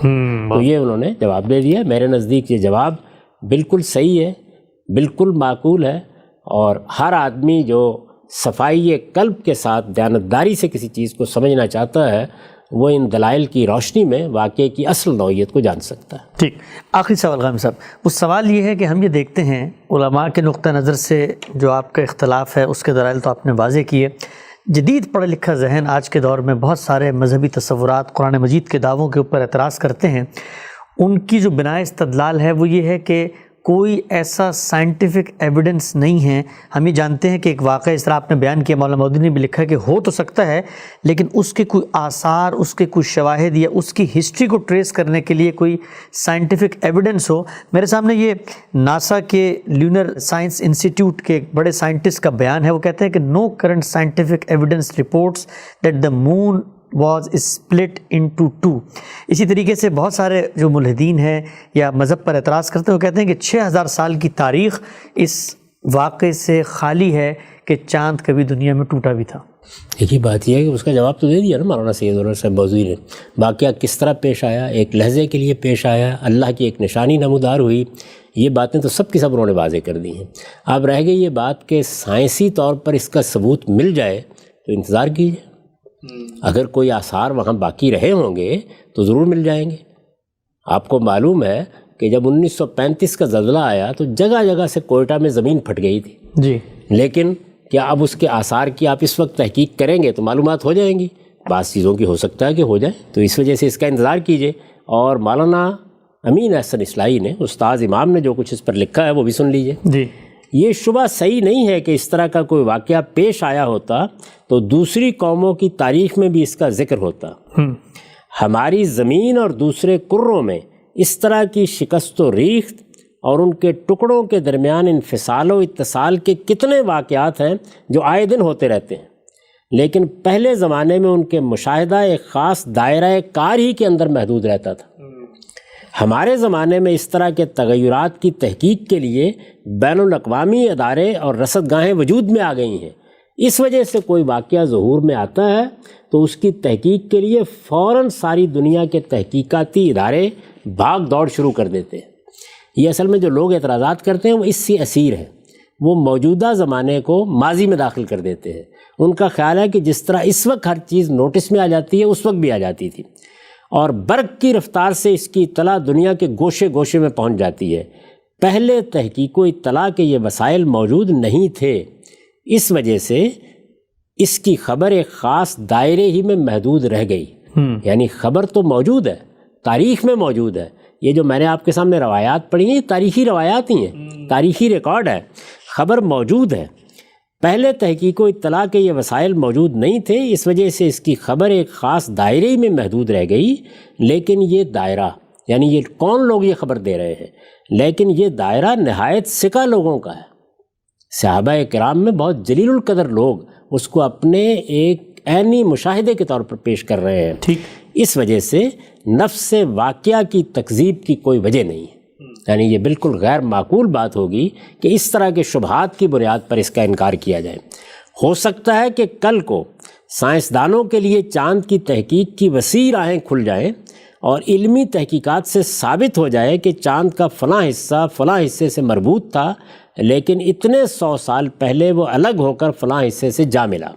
اس طرح کے کتنے انکشافات ہیں جو ہمارے کرۂ زمین سے متعلق آج ہمارے سامنے آ رہے ہیں اور لوگ ان کو باور کر رہے ہیں. یعنی آج لوگوں کو بتایا جاتا ہے کہ یہ بر اعظم ملے ہوئے تھے کبھی. آج لوگوں کو بتایا جاتا ہے کہ لوگ اس وقت برف کے پل سے آسٹریلیا تک پیدل جا سکتے تھے. بتایا جاتا ہے نا, یہ سب ماضی کے واقعات ہیں جن کی ہم نے تحقیق کر لی ہے, یہ آج نہیں دکھائے جا سکتے, اور لوگ ان کو باور کر رہے ہیں. تو آخر چاند سے متعلق قرآن کی اس خبر پر تعجب کی کیا وجہ ہے؟ سائنس نے اگر ابھی اس کی تصدیق نہیں کی ہے تو یہ سائنس کی نارسائی کی دلیل ہے. انتظار اور صبر کیجئے, شاید مستقبل میں وہ بھی اس کے اعتکاف پر مجبور ہو جائے. اور آگے آیت نقل کی ہے, وَإِن يَرَوْا آیَةً يُعْرِضُوا وَيَقُولُوا سِحْرٌ مُسْتَمِرٌ, اور یہ کوئی سی بھی نشانی دیکھیں گے تو اس سے اعراض ہی کریں گے اور کہیں گے کہ یہ تو جادو ہے جو پہلے سے چلا. سبحان اللہ. آپ سب بہت ہی خوب, بہت ہی احسن انداز میں دونوں جو بزرگ ہیں ہمارے.